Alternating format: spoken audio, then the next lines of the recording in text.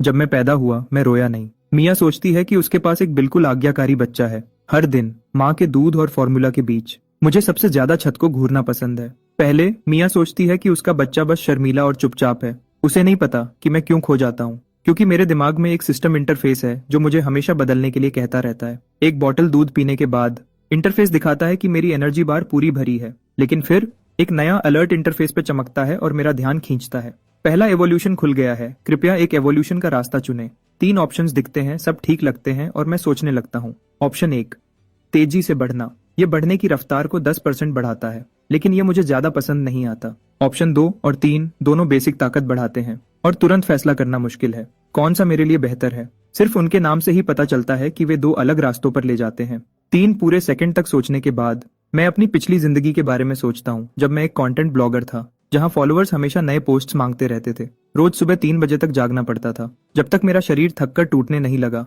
तब मुझे समझ आया कि एक मजबूत और सेहतमंद शरीर ही सब कुछ की बुनियाद है। तो मैं अपना दिमाग इंटरफेस पे लगाता हूँ और ह्यूमन बीस्ट एवोल्यूशन का रास्ता चुनता हूँ। मेरी फिजिक की ताकत 2 हो जाती है और मैं तुरंत अपने शरीर में बदलाव महसूस करता हूँ। मेरी सांस गहरी और ठीक हो जाती है, मेरा दिमाग तेज हो जाता है, नींद गायब हो जाती है और फिर मेरा पेट पहले से भी ज्यादा जोर से गुर्राता है। लेकिन जो चीज मुझे सच में हैरान करती है वह मेरी आंखों की रोशनी है। अब मैं साफ साफ देख सकता हूँ। कमरे के उस पार एलसीडी स्क्रीन पर चल रही न्यूज। मैं आंखें फाड़कर स्क्रीन को घूरता हूँ और बिना सोचे अपनी छोटी मुट्ठी अपने मुंह में डाल लेता हूँ। मैं खुशी खुशी चबाता रहता हूँ, लेकिन जैसे ही मैं पूरा खो जाता हूँ, स्क्रीन अंधेरी हो जाती है। मिया ने उसे बंद कर दिया है। वह मेरी गीली उंगलियां भी मेरे मुंह से निकाल देती है। वह हैरान है, 1 हफ्ते का बच्चा सच में टीवी कैसे देख सकता है। वह मुझे ध्यान से देखती है और देखती है कि मेरी आंखें अजीब तरह से चमकदार और चौकन्नी है। वह मुझे उठाती है और स्क्रीन से दूर ले जाती है। जाते हुए कहती है, बच्चों के लिए टीवी नहीं, इससे तुम्हारी आंखों को नुकसान होगा। अंदर से मैं चिल्ला रहा हूँ, मुझे देखना है, मेरी आंखें बिल्कुल ठीक हैं। मिया सोचती है कि मना करने पर मैं रोने लगूंगा, लेकिन मैं सिर्फ मुंह बनाता हूँ। खड़ुश होकर वह झुककर मेरे गाल पर एक बड़ा किस करती है। मैं अपना चेहरा घुमा लेता हूँ, कुछ बोल नहीं पाता। 17 साल के दिमागी उम्र के साथ मैं इस तरह के प्यार से ज्यादा आरामदायक नहीं हूँ, लेकिन मिया मेरे मुंह घुमाने को हौसला समझती है और भी एक्साइटेड हो जाती है।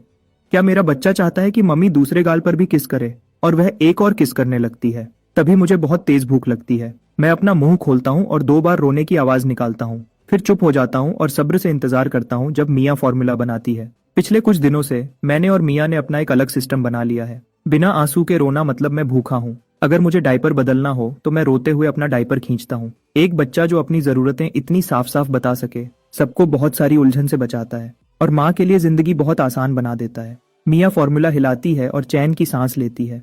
काश कोको को पालना भी इतना आसान होता।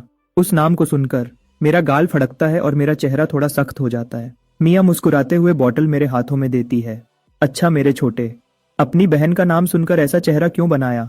मैं कुछ नहीं कहता और निपल पकड़ लेता हूँ। थोड़ी देर में बॉटल खाली हो जाती है, लेकिन मुझे अभी भी तसल्ली नहीं होती। मैं अपने मुंह पर थपकी मारता हूँ और एक और बार रोता हूँ। सिर्फ एक बार में दूसरी बॉटल खत्म करने के बाद मैं दूध वाली डकार लेता हूँ, क्योंकि मेरी भूख बढ़ती जा रही है। एनर्जी बार हर दिन 2% बढ़ती है। इस रफ्तार से मैं 1 महीने के अंदर अपना दूसरा एवोल्यूशन कर लूंगा। तभी 7 या 8 साल की एक लड़की उछलती हुई दरवाजे से अंदर आती है। उसकी स्कूल यूनिफॉर्म की स्कर्ट पूरी सिकुड़ी हुई है, उसकी सफेद घुटने तक की सॉक्स मिट्टी से भरी हैं और उसने छोटे लाल चमड़े के जूते पहने हैं जो हर कदम पर फर्श पर जोर से आवाज करते हैं। मिया उसे एक नजर देखती है और घूरती है। इस बार किस क्लासमेट से लड़ी तुम? लड़की गर्व से अपनी ठोड़ी ऊपर करती है।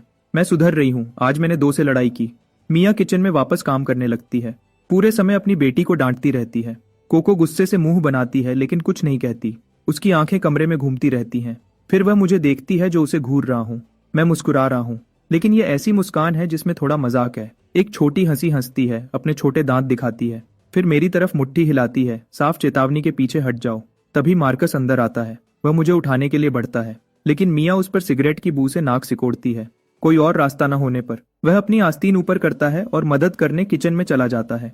थोड़ी देर में पूरा परिवार रात के खाने के लिए साथ बैठता है। खाने के बीच में मार्कस फ्रिज खोलता है, फ्रीजर में हाथ डालता है, कुछ छोटी चीजें निकालता है जो कैंडी जैसी लगती हैं। मैं सोचता हूँ कि ये बिल्लियों के लिए ट्रीट्स हैं, लेकिन मार्कस एक मिया के बोल में, कोको के बोल में, बिल्ली की प्लेट में और अपने में डालता है, हर एक को एक पीस। कोको गुस्से में अपनी चॉपस्टिक्स पटकती है। मैं ये नहीं खाऊंगी, इसका स्वाद बहुत खराब है। तुम्हें यह हफ्ते में 1 बार मिलता है और तुम शिकायत कर रही हो? क्या तुम्हें लगता है कि तुम इसके बिना वह लड़ाइयां जीत सकती हो? कोको एक पल के लिए रुक जाती है, मार्कस की बात सुनती है। वह अपनी नाक सिकोड़ती है, उलझी हुई। वह अपनी आंखें बंद करती है और उसे जबरदस्ती खा लेती है। मैं जानने के लिए बेचैन हूँ कि वह कैंडी जैसी चीज असल में क्या है। बाद में जब मैं मार्कस और मिया को बात करते सुनता हूँ तब मुझे पता चलता है कि इसे क्रिस्टल बी जेली कहते हैं। वह ऐसे शब्द बोलते हैं जो मुझे अभी पूरी तरह समझ नहीं आते और मैं अपने चेहरे पर हैरानी छुपाने के लिए अपनी बॉटल ऊपर उठाता हूँ। ये दुनिया, लगता है जितना मैंने सोचा था उससे कहीं ज्यादा राज छुपा रखी है। 1 महीना गुजर जाता है। मैंने देखा कि एनर्जी बार पूरी भर गई है और मेरा दूसरा एवोल्यूशन शुरू हो गया है। फिर से ऑप्शंस। इस बार मैं साइफॉर्म एवोल्यूशन का रास्ता चुनता हूँ। जैसे ही मेरी दिमागी ताकत 1 पॉइंट बढ़ती है मुझे लगता है कि मैं मर जाऊंगा। मुझे लगता है कि मेरे आसपास समय धीमा हो गया है और ज्यादा ठीक से कहूँ तो मेरी अपनी सोच अचानक तेज हो गई है। पिछले पूरे 1 महीने की यादें मेरे दिमाग में बहुत तेज रफ्तार से चमकती हैं।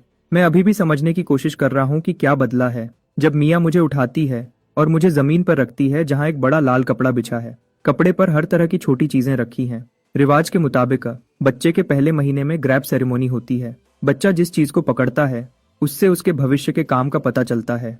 मैं कपड़े पर घुटने टेकता हूँ, कुछ भी पकड़ने और इसे खत्म करने के लिए तैयार। तभी अचानक सिस्टम इंटरफेस, एक नया मॉड्यूल क्लास इंटरफेस शुरू करता है। जैसे ही मैं कपड़े पर रखी चीजों को वापस देखता हूँ, हर एक के ऊपर एक करियर का नाम तैरता है। पहले एक कीबोर्ड पैनल।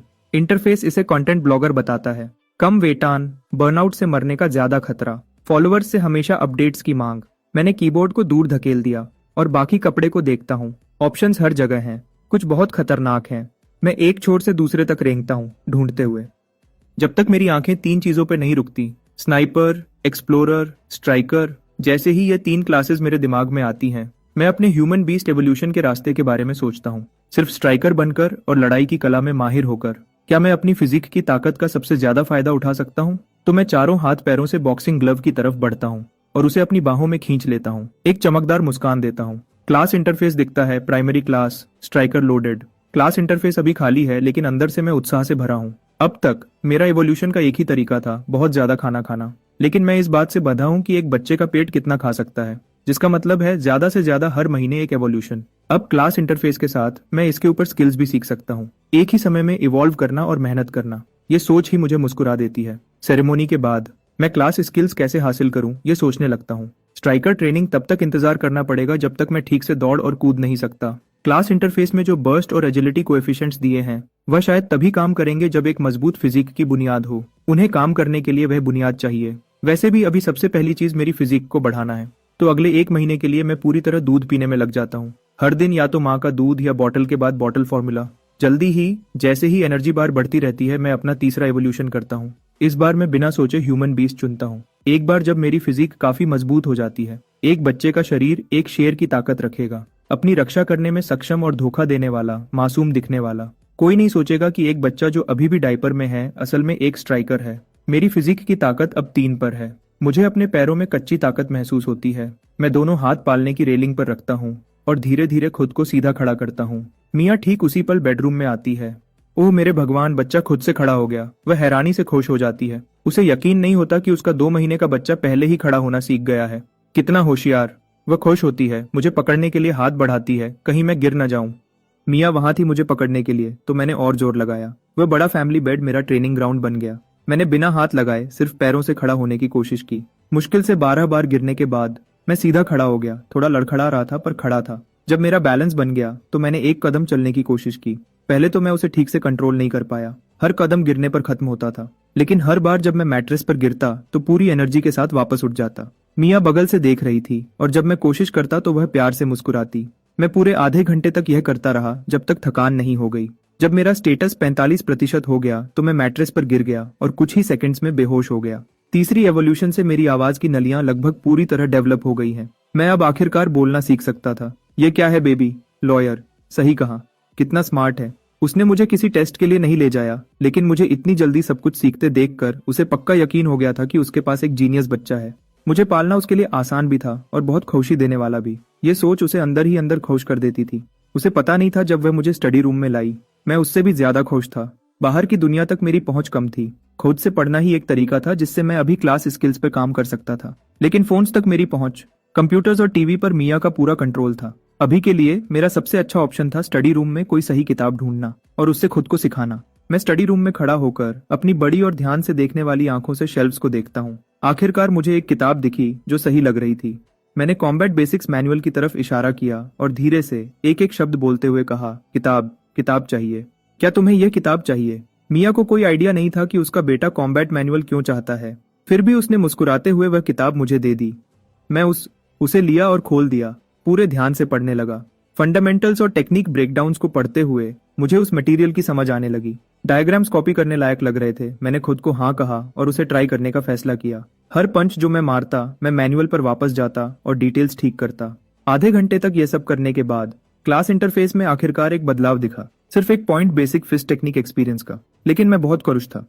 इससे कंफर्म हो गया कि खुद से सीखना काम करता है। मैं एक्साइटमेंट में पागल होकर पंचेस मारता रहा जब तक मेरा स्टेटस 35% नहीं हो गया। फिर सब कुछ अंधेरा हो गया और मैं बेड पर गिर गया। कुछ ही सेकंड्स में बेहोश हो गया। जब भूख ने मुझे वापस जगाया तो रात के 10 बज चुके थे। आज बहुत ज्यादा मेहनत करने के बाद मैंने दूध की 3 पूरी बॉटल्स पी ली। इससे पहले कि मैं आखिरकार एक संतुष्ट डकार लेता, पहले तो मिया मेरी इतनी ज्यादा भूख को एक अच्छा संकेत मानती थी। एक सेहतमंद बच्चा अच्छा खाता है। जब फॉर्मूला का एक टीन 2 दिन से भी कम में खत्म हो गया तो उसे घर के खर्चे की चिंता होने लगी। दोनों के पब्लिक स्कूल टीचर्स होने और अच्छी इनकम होने के बावजूद उन पर बोझ पड़ने लगा था। मैंने मिया को किचन में खुद से बड़बड़ाते हुए सुना। वह कह रही थी कि वह वापस स्कूल जाकर पढ़ाएगी ताकि एक्स्ट्रा क्लास आवर्स से ज्यादा पैसे कमा सके और फाइनेंशियल प्रेशर कम हो।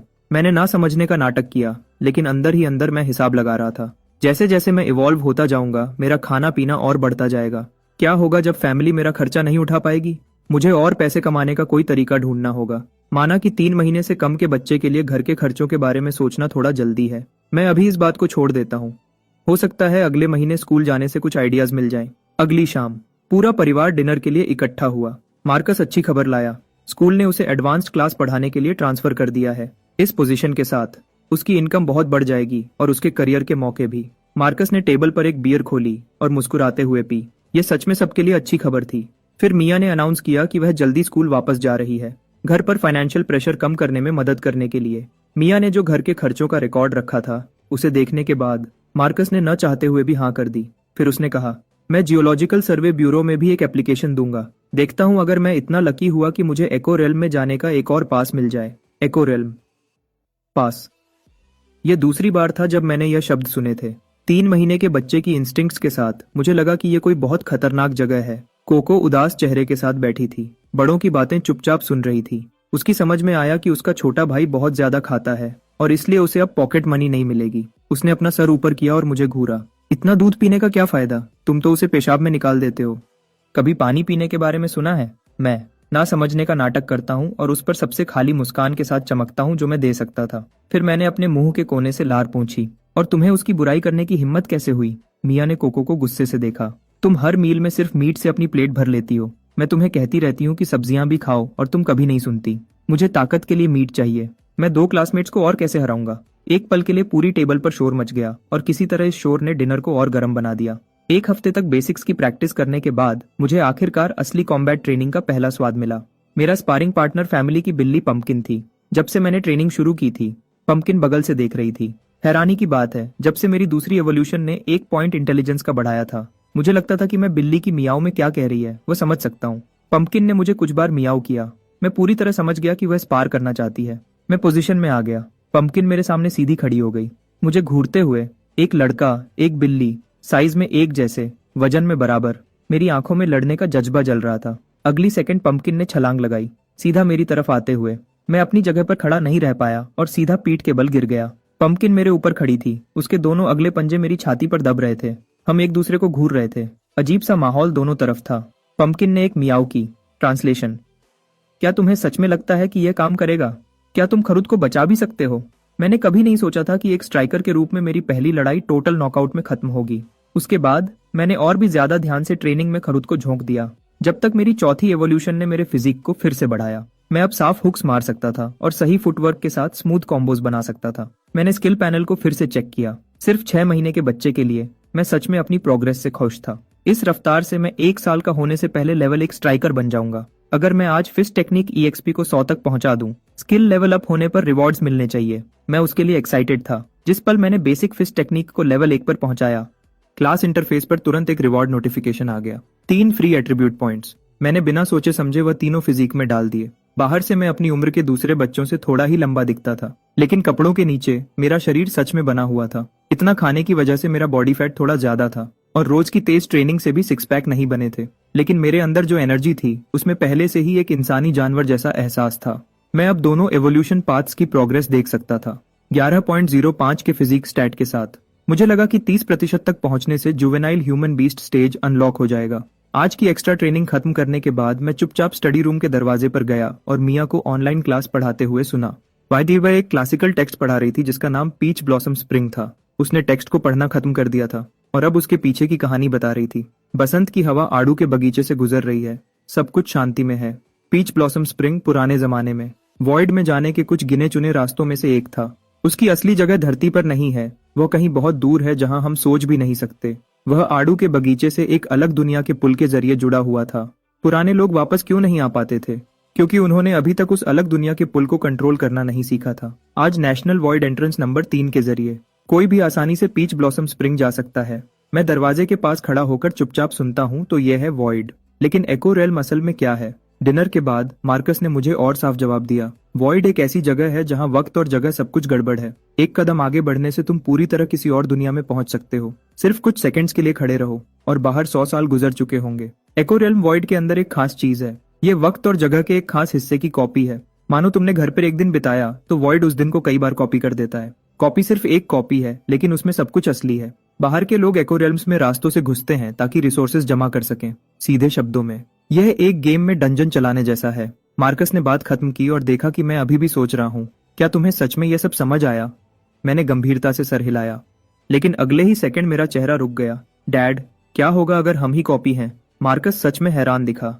उसके बेटे को न सिर्फ एक्सप्लेनेशन समझ आया, बल्कि वह खुद ही बातों को जोड़ रहा था। मार्कस हंसा और समझाया, कॉपी की हुई जिंदगियां जैसे ही अपने एको रेल्म से बाहर निकलती हैं, वह खत्म हो जाती हैं। हमारी दुनिया के लोग वॉइड में आजादी से घूम सकते हैं, तो हम कॉपीज नहीं हो सकते। थोड़ी देर बाद मार्कस ने देखा कि मैंने अपनी रोज की ट्रेनिंग शुरू कर दी है। उसने मुझे कुछ देर पहले भी देखा था, कॉम्बैट मैनुअल पढ़ते हुए। जैसे जैसे मैं पढ़ता, मूव्स कॉपी करता, हर टेक्निक पर खुद से काम करता। लेकिन आज जैसे ही वह जाने के लिए मुड़ा, जो कॉम्बिनेशन मैं कर रहा था, उसने मार्कस को वहीं रोक दिया। वह वापस मुड़ा और अपनी आंखें मुझ पर गाड़ दी। डैड, क्या हुआ? मैंने उसके चेहरे पर अजीब सा एक्सप्रेशन देखा और ट्रेनिंग रोककर पूछा। कुछ नहीं, मार्कस ने कहा। उसकी मुस्कान थोड़ी रूखी थी। तुम टेक्निक्स बहुत जल्दी सीख रहे हो। फिर उसने सर हिलाया जैसे कोई फैसला कर रहा हो। कल से जब तुम्हारी बहन स्कूल से वापस आएगी तो मैं तुम दोनों को साथ में ट्रेन करूंगा। मैं बहुत खुश था। आखिर मार्कस एक पीई टीचर था। कोको दूसरी तरफ उतनी एक्साइटेड नहीं दिखी। अगली शाम मार्कस ने कोको को फिटनेस रूटीन शुरू करवाया। फिर उसने अपना ध्यान मेरी कॉम्बैट टेक्निक को गाइड करने पर लगाया। यह देखकर कि मेरा फिस्ट वर्क पहले ही बेसिक्स से आगे निकल चुका है। उसने मुझे फंडामेंटल किक्स सिखाए। उसने हर मूव को स्टेप बाय स्टेप समझाया। मैं कॉपी करते हुए मूव बाय मूव उसके साथ चलता रहा, लगातार डिटेल्स को ठीक करता रहा। धीरे धीरे यह नेचुरल लगने लगा। फिर मेरे सामने एक नया इंटरफेस नोटिफिकेशन दिखा। मैं एक पल के लिए हैरान होकर पलक झपकाया। फिर एक पूरी एक्साइटमेंट की लहर मुझ पर छा गई। आखिरी इंटरफेस मॉड्यूल आखिरकार अनलॉक हो गया था। मैंने तुरंत मिरर मोड एक्टिवेट किया उसे टेस्ट करने के लिए। मेरी आंखों की पुतलियां सिकुड़ गईं और मेरी नजर एक पल में तेज हो गई। मेरी आंखें एक हाई डेफिनेशन कैमरा जैसी हो गईं। मार्कस जो भी मूव दिखाता है, मैं उसके हर डिटेल को ध्यान से देखता हूँ, कॉपी करता हूँ और ठीक करता हूँ। हर बार प्रैक्टिस करने से मेरी टेक्निक और साफ होती जाती है। मार्कस को लगने लगता है कि उसके बेटे में कुछ अलग है। कुछ देर पहले तक उसके बेटे को सुधार की जरूरत थी, इसलिए उसे करना पड़ा। छोटे मोटे बदलाव यहाँ वहाँ। अब अचानक हर एक मूव बिल्कुल सही है। अपने बहुत ही खास बेटे को देखते हुए मार्कस ने धीरे से एक लंबी सांस छोड़ी। जब उसने और मिया ने दूसरा बच्चा करने का सोचा था, उन्होंने बस एक शांत बच्चे की उम्मीद की थी, कोको जैसा बिल्कुल नहीं। लेकिन उसकी जगह उन्हें एक प्रतिभाशाली बच्चा मिला।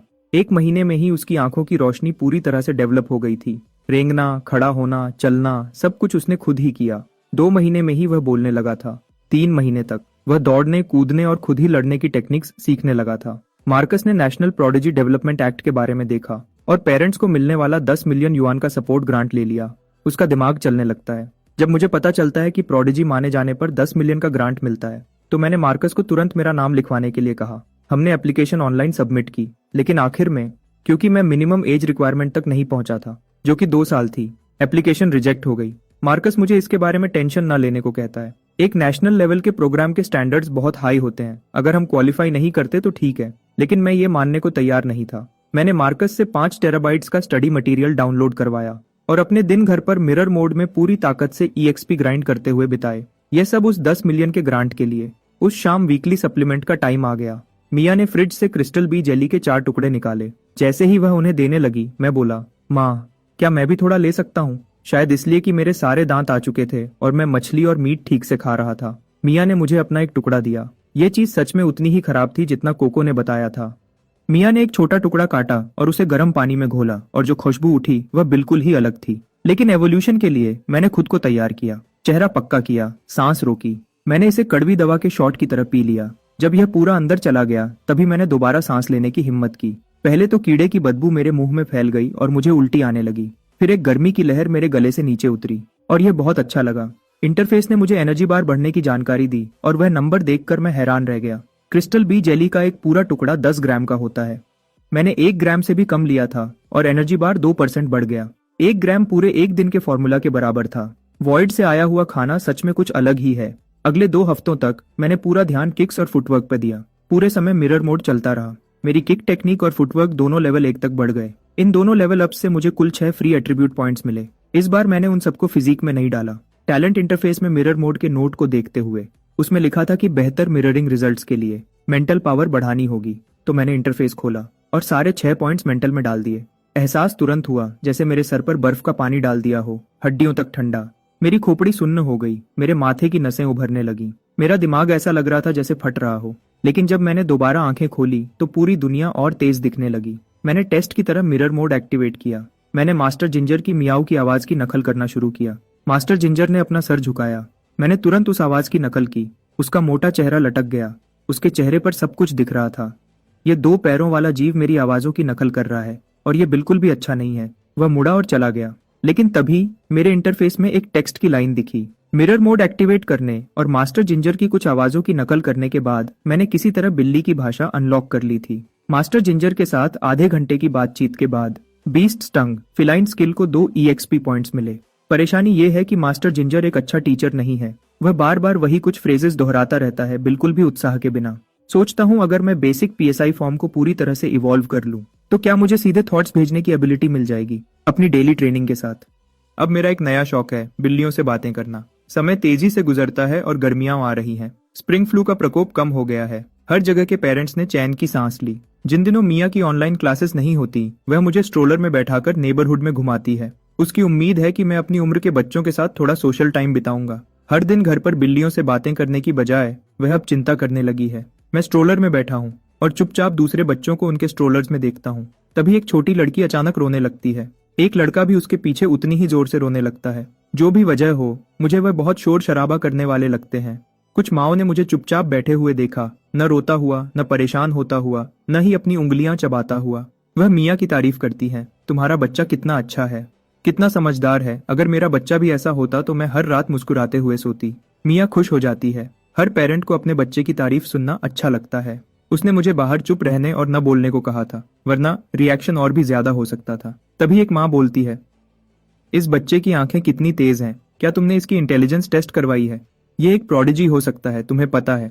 बिल्कुल, मैंने पढ़ा है कि बहुत से प्रोडिजीज 1 या 2 साल की उम्र में ही निशानियां दिखाते हैं। यह सुनकर मिया घबराहट में उन्हें टाल देती है। वह अभी भी सोच रही थी कि क्या कहे जब एक माँ स्ट्रोलर के पास आती है। वह एक उंगली उठाती है और चमकती मुस्कान के साथ पूछती है, ये कितने हैं? सही जवाब दो और आंटी तुम्हें टॉफी देगी। सब मेरे जवाब का इंतजार करते हैं। आखिर एक बच्चे के लिए जो मुश्किल से 6 महीने का है, सवाल समझना और कुछ शब्द भी बोलना एक खास इंटेलिजेंस का सबूत होगा। मैंने क्यूरियस भीड़ को पूरी तरह से इग्नोर किया और अपना चेहरा एक आवारा बिल्ली की तरफ किया जो फूलों की क्यारी के पास बैठी थी। एक्साइटेड होकर मैंने उसे बुलाया। माएं हैरानी से घूरने लगी। मिया ने दूसरी तरफ चुपचाप चैन की सांस ली। आवारा बिल्ली ने आवाज सुनकर अपना सर घुमाया। कुछ खास नहीं मिला और वह भाग गई। फिर भी इस नेबरहुड में आवारा बिल्लियों की कमी नहीं है। अगली बार जब मौका मिलेगा मैं बातचीत शुरू करूंगा और कुछ 20 टंग एक्सप ग्राइंड करूंगा। जब से मैंने वह 6 मेंटल पॉइंट्स ऐड किए हैं, मैं अब पूरी तरह से वीडियो ट्यूटोरियल से सीख सकता हूँ और बाकी कॉम्बैट टेक्निक्स खुद ही सीख सकता हूँ। स्ट्राइकर क्लास को लेवल अप होने के लिए बस 21% और एक्सपी चाहिए। मुझे बहुत उत्साह महसूस होता है। मैं ये जानने का इंतजार नहीं कर सकता कि अगला लेवल क्या रिवॉर्ड्स और इफेक्ट्स लाएगा। अगले कुछ दिनों में मैं दिन में 3 ट्रेनिंग सेशंस करता हूँ और इंटरफेस के नंबर्स को लगातार देखता रहता हूँ। 2 हफ्तों बाद दिल तेजी से धड़कते हुए मैंने क्लास इंटरफेस खोला। प्रॉम्प्ट पूछता है कि क्या मैं आगे बढ़ना चाहता हूँ। मैंने बिना किसी झिझक के हाँ चुना। जब इंटरफेस दोबारा फोकस में आता है, इस पहले क्लास लेवल अप के रिवॉर्ड्स मेरी उम्मीद से कहीं ज्यादा अच्छे थे। स्ट्राइकर की स्पेशलाइजेशन, वीक पॉइंट स्ट्राइक का डिस्क्रिप्शन पढ़ते हुए मेरी उंगलियां उत्साह से फड़फड़ाने लगीं। मुझे लगता है कि अब मैं पंपकिन के खिलाफ बराबर का मौका रखता हूँ। मैंने सारे 10 रिवॉर्ड एट्रीब्यूट पॉइंट्स एलोकेट किए। पहले तो मुझे अंदर से ताकत का एक धमाका महसूस हुआ, फिर मेरी बाहें साफ तौर पर मोटी हो गईं। जरा सा भी फ्लेक्स करने पर बाइसेप्स उभर आते थे। मेरा दिमाग साफ हो गया, सब कुछ तेज हो गया। महीनों की ट्रेनिंग और पढ़ाई एकदम सही तरतीब से मेरे दिमाग में घूम गई। इतनी अच्छी हालत में मुझे पंपकिन को ढूंढना होगा और हिसाब बराबर करना होगा। लेकिन पंपकिन बस जम्हाई लेता है। उसका अंदाज ज्यादा स्वागत करने वाला नहीं था। मैं वहां खड़ा रहा और एक अजीब सी मुस्कान दी। पंपकिन, चलो लड़ते हैं। पंपकिन थोड़ा हिलता है, उसके मुंह का कोना ऐसे मुड़ता है जैसे वह ठंडी मुस्कान दे रहा हो। मुझे एक बुरा एहसास होता है।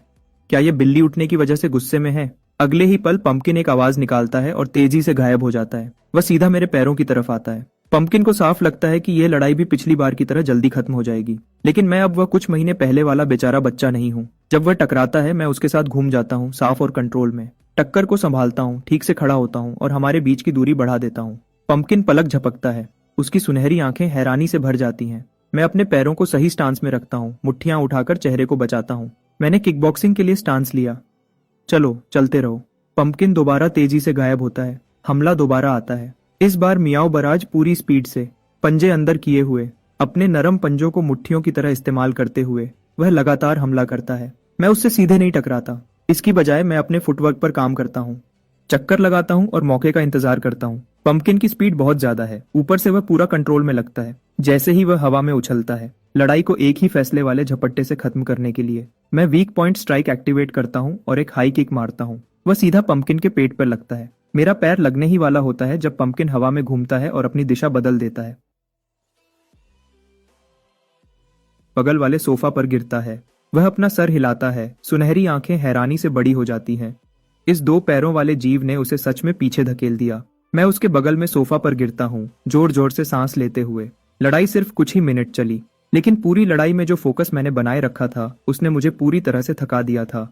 इंटरफेस पर XP गेन। वह लड़ाई एक पूरे घंटे की इंटेंस ट्रेनिंग के बराबर थी। मैंने पंपकिन की तरफ उम्मीद भरी नजरों से देखा। तो क्या हम यह कभी दोबारा कर सकते हैं? जैसे मेरे पोटेंशियल को पहचानते हुए पंपकिन का अंदाज काफी नरम हो गया। वह धीरे से मियाऊ करता है जवाब में। मैं पंपकिन के पास दौड़ता हूँ और शुक्रिया अदा करने के लिए इज्जत से हाथ जोड़कर झुकता हूँ। समय तेजी से उड़ता है। जब तक मैं 9 महीने का होता हूँ मेरी हाइट 87 सेंटीमीटर हो जाती है, जो एक एवरेज 2 साल के बच्चे जितनी है। फिजिकल कैपेबिलिटी के मामले में मैं टीनेज बेंचमार्क को बहुत पहले ही पार कर चुका था। इस दुनिया में पेरेंट्स बच्चों के डेवलपमेंट पर बहुत ज्यादा ध्यान देते हैं और क्रिस्टल बी जेली मिलने की वजह से बहुत से बच्चे बहुत तेजी से डेवलप होते हैं। 1 साल का बच्चा जो चलता है और खुद खाना खाता है, यहाँ कुछ भी अनयूजुअल नहीं है। एक दिन मैं स्पार्कलिंग वाटर का एक कैन कोको के पास ले जाता हूँ। वह मुझे आते हुए देखती है और तुरंत अपनी आंखें छोटी कर लेती है। क्या चाहिए तुम्हें? ये तुम्हारे लिए है। मैं कैन आगे बढ़ाता हूँ। क्या तुम मेरी स्पारिंग पार्टनर बनोगी? कोको मुझे घूरती है। उसे यकीन था कि उसने गलत सुना है। हाँ, छोटा वाला तेजी से बढ़ रहा है, लेकिन वह 122 सीनेम लंबी है, उससे पूरा 1 सर ऊंची। उससे लड़ने को कहना, यह तो सीधे सीधे मार खाने को कहना है। लेकिन उन मासूम आंखों को देखकर उसके अंदर कुछ हलचल होती है और उसकी मुट्ठियां खुजलाने लगती हैं। 1 मिनट की बातचीत के बाद हम दोनों ने बेडरूम का दरवाजा बंद कर दिया। कोको बुरी मुस्कान के साथ अपनी उंगलियां चटकाती है। हमने डिसाइड किया था, अगर मैंने तुम्हें चोट पहुंचाई तो रोना नहीं और माँ को बिल्कुल नहीं बताना। समझ गया। मैं एक शब्द भी नहीं कहूंगा। मैं अपने बाएं पैर से धक्का देता हूं और हमला करता हूं। पहले तो कोको मुझे बिल्कुल भी सीरियस नहीं लेती। वह मुझे पीछे धकेलने के लिए एक किक मारती है, लेकिन मैं जल्दी से साइड हट जाता हूं और उसे साफ तरीके से डॉज कर लेता हूं। उसी पल मैं उसका पैर पकड़ लेता हूं, अपना वजन आगे की तरफ गिराता हूं और अपना सर जोर से उसके पेट में मारता हूं। ऊफ! कोको अपना बैलेंस खो देती है और बेड पर गिर जाती है। वह जल्दी से वापस खड़ी होती है और बड़ी आंखों से मुझे घूरती है। गिरने से ज्यादा चोट नहीं लगी थी, लेकिन उसके दिमाग को लगा झटका बहुत बड़ा था। नामुमकिन, बिल्कुल नामुमकिन। ये बच्चा अभी पूरा 1 साल का भी नहीं हुआ है ना? वह सोचने लगती है कि कोई सही वजह ढूंढे। उसे जल्दी ही समझ आता है। माँ उसे सिर्फ हॉस्पिटल से घर लाई थी। किसी ने भी उसके जन्म को सच में नहीं देखा था। सिर्फ एक ही नतीजा निकलता है। वह घूमती है, बेडरूम से बाहर निकलती है और पूरी आवाज में चिल्लाती है, माँ, तुम्हें धोखा दिया गया है।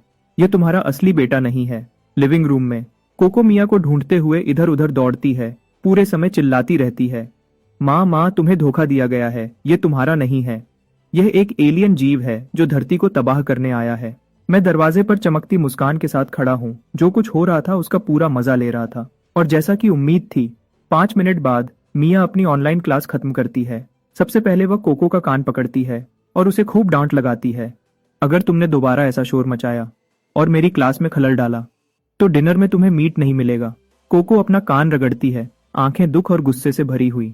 माँ भी फिल्मों के उन साइड कैरेक्टर्स जैसी बन जाएगी जो हीरो पर कभी यकीन नहीं करते और आखिर में एलियन क्रीचर उन्हें खा जाता है। जब मिया को समझ आता है कि असल में क्या हुआ था, वह मार्कस को उसके वापस आते ही बताती है और इस तरह कोको और मेरी दूसरी राउंड की लड़ाई होती है। इस बार कोको अपनी पूरी ताकत से मुझ पर हमला करती है, उस एलियन क्रीचर को बेनकाब करने के लिए जो उसके सामने खड़ा था। मैं शांत रहता हूँ, हर मूव को पढ़ता हूँ और साफ तरीके से जवाब देता हूँ। उसकी टेक्निक में कमियां ढूंढता हूँ।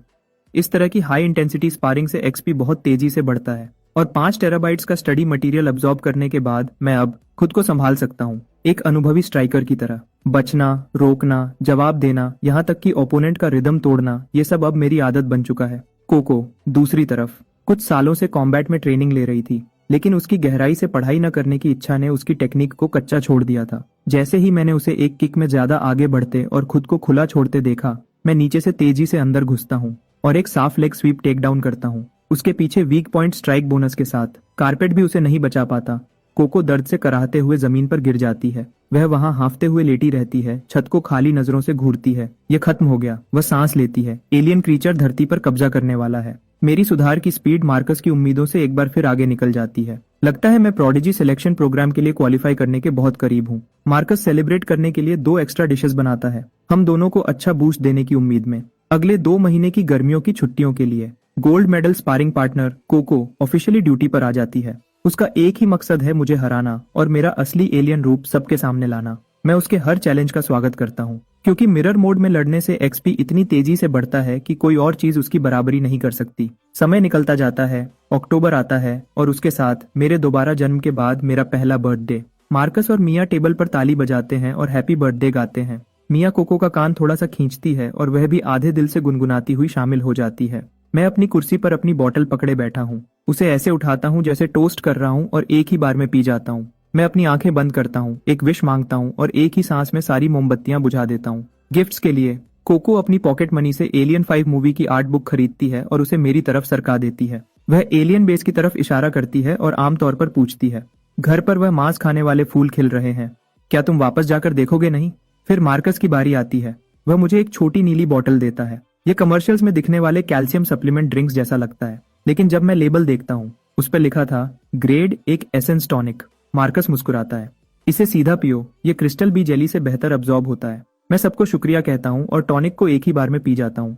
एक ठंडी ताजगी भरी लहर मेरे गले से लेकर पैरों तक फैल जाती है। एनर्जी बार से 2 डायरेक्ट एट्रीब्यूट पॉइंट्स मिलते हैं, फिर एक के बाद एक कई और नोटिफिकेशंस आते हैं। पूरे 1 साल की मेहनत और मेरी पहली बड़ी अचीवमेंट आखिरकार अनलॉक हो जाती है, 30 पॉइंट्स फिजिक के साथ।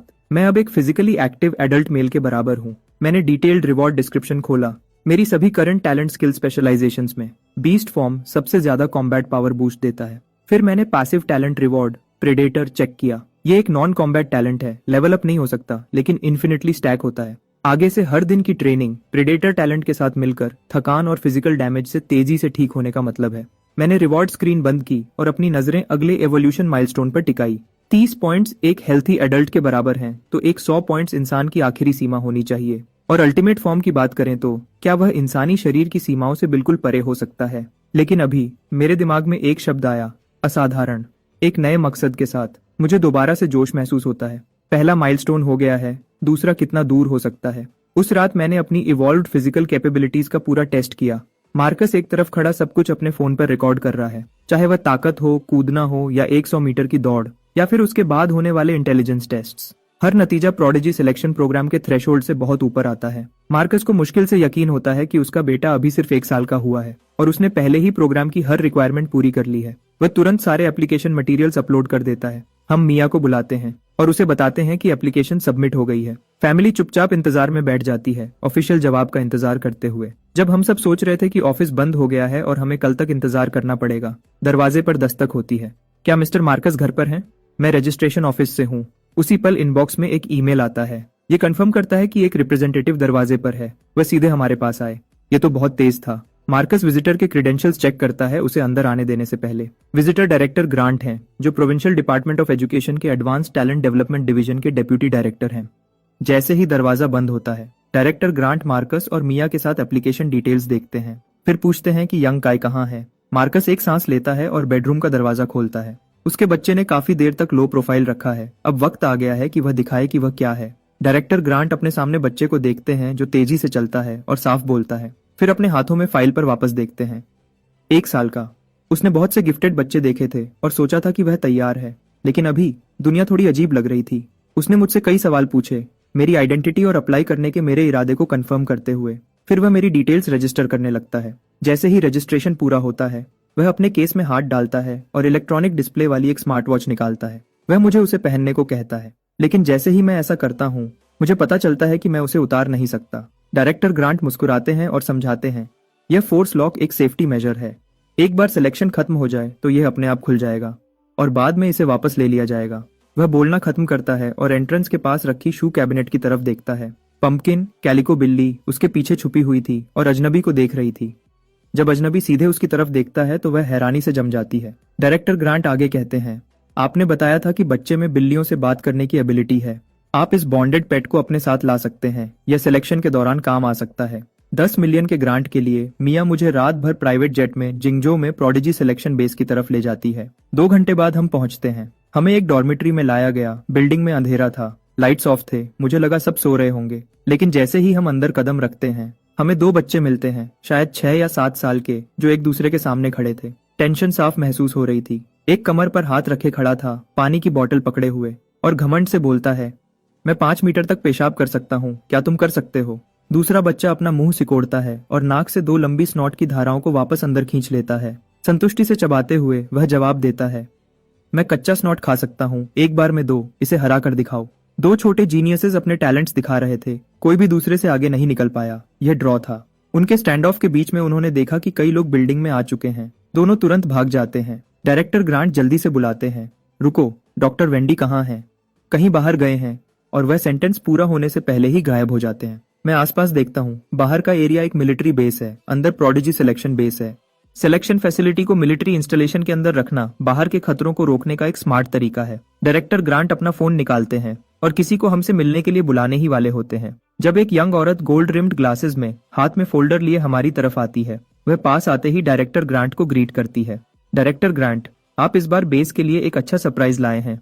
प्रोडिजी प्रोग्राम के 15 साल हो गए हैं और आज पहली बार हमने एक ऐसा एप्लीकेंट देखा है जो अभी सिर्फ 1 साल का हुआ है। डायरेक्टर ग्रांट जल्दी से उसका हाथ मिलाते हैं। डॉक्टर वेंडी, आप बहुत मेहरबान हैं, लेकिन यह बच्चा सच में कुछ अलग है।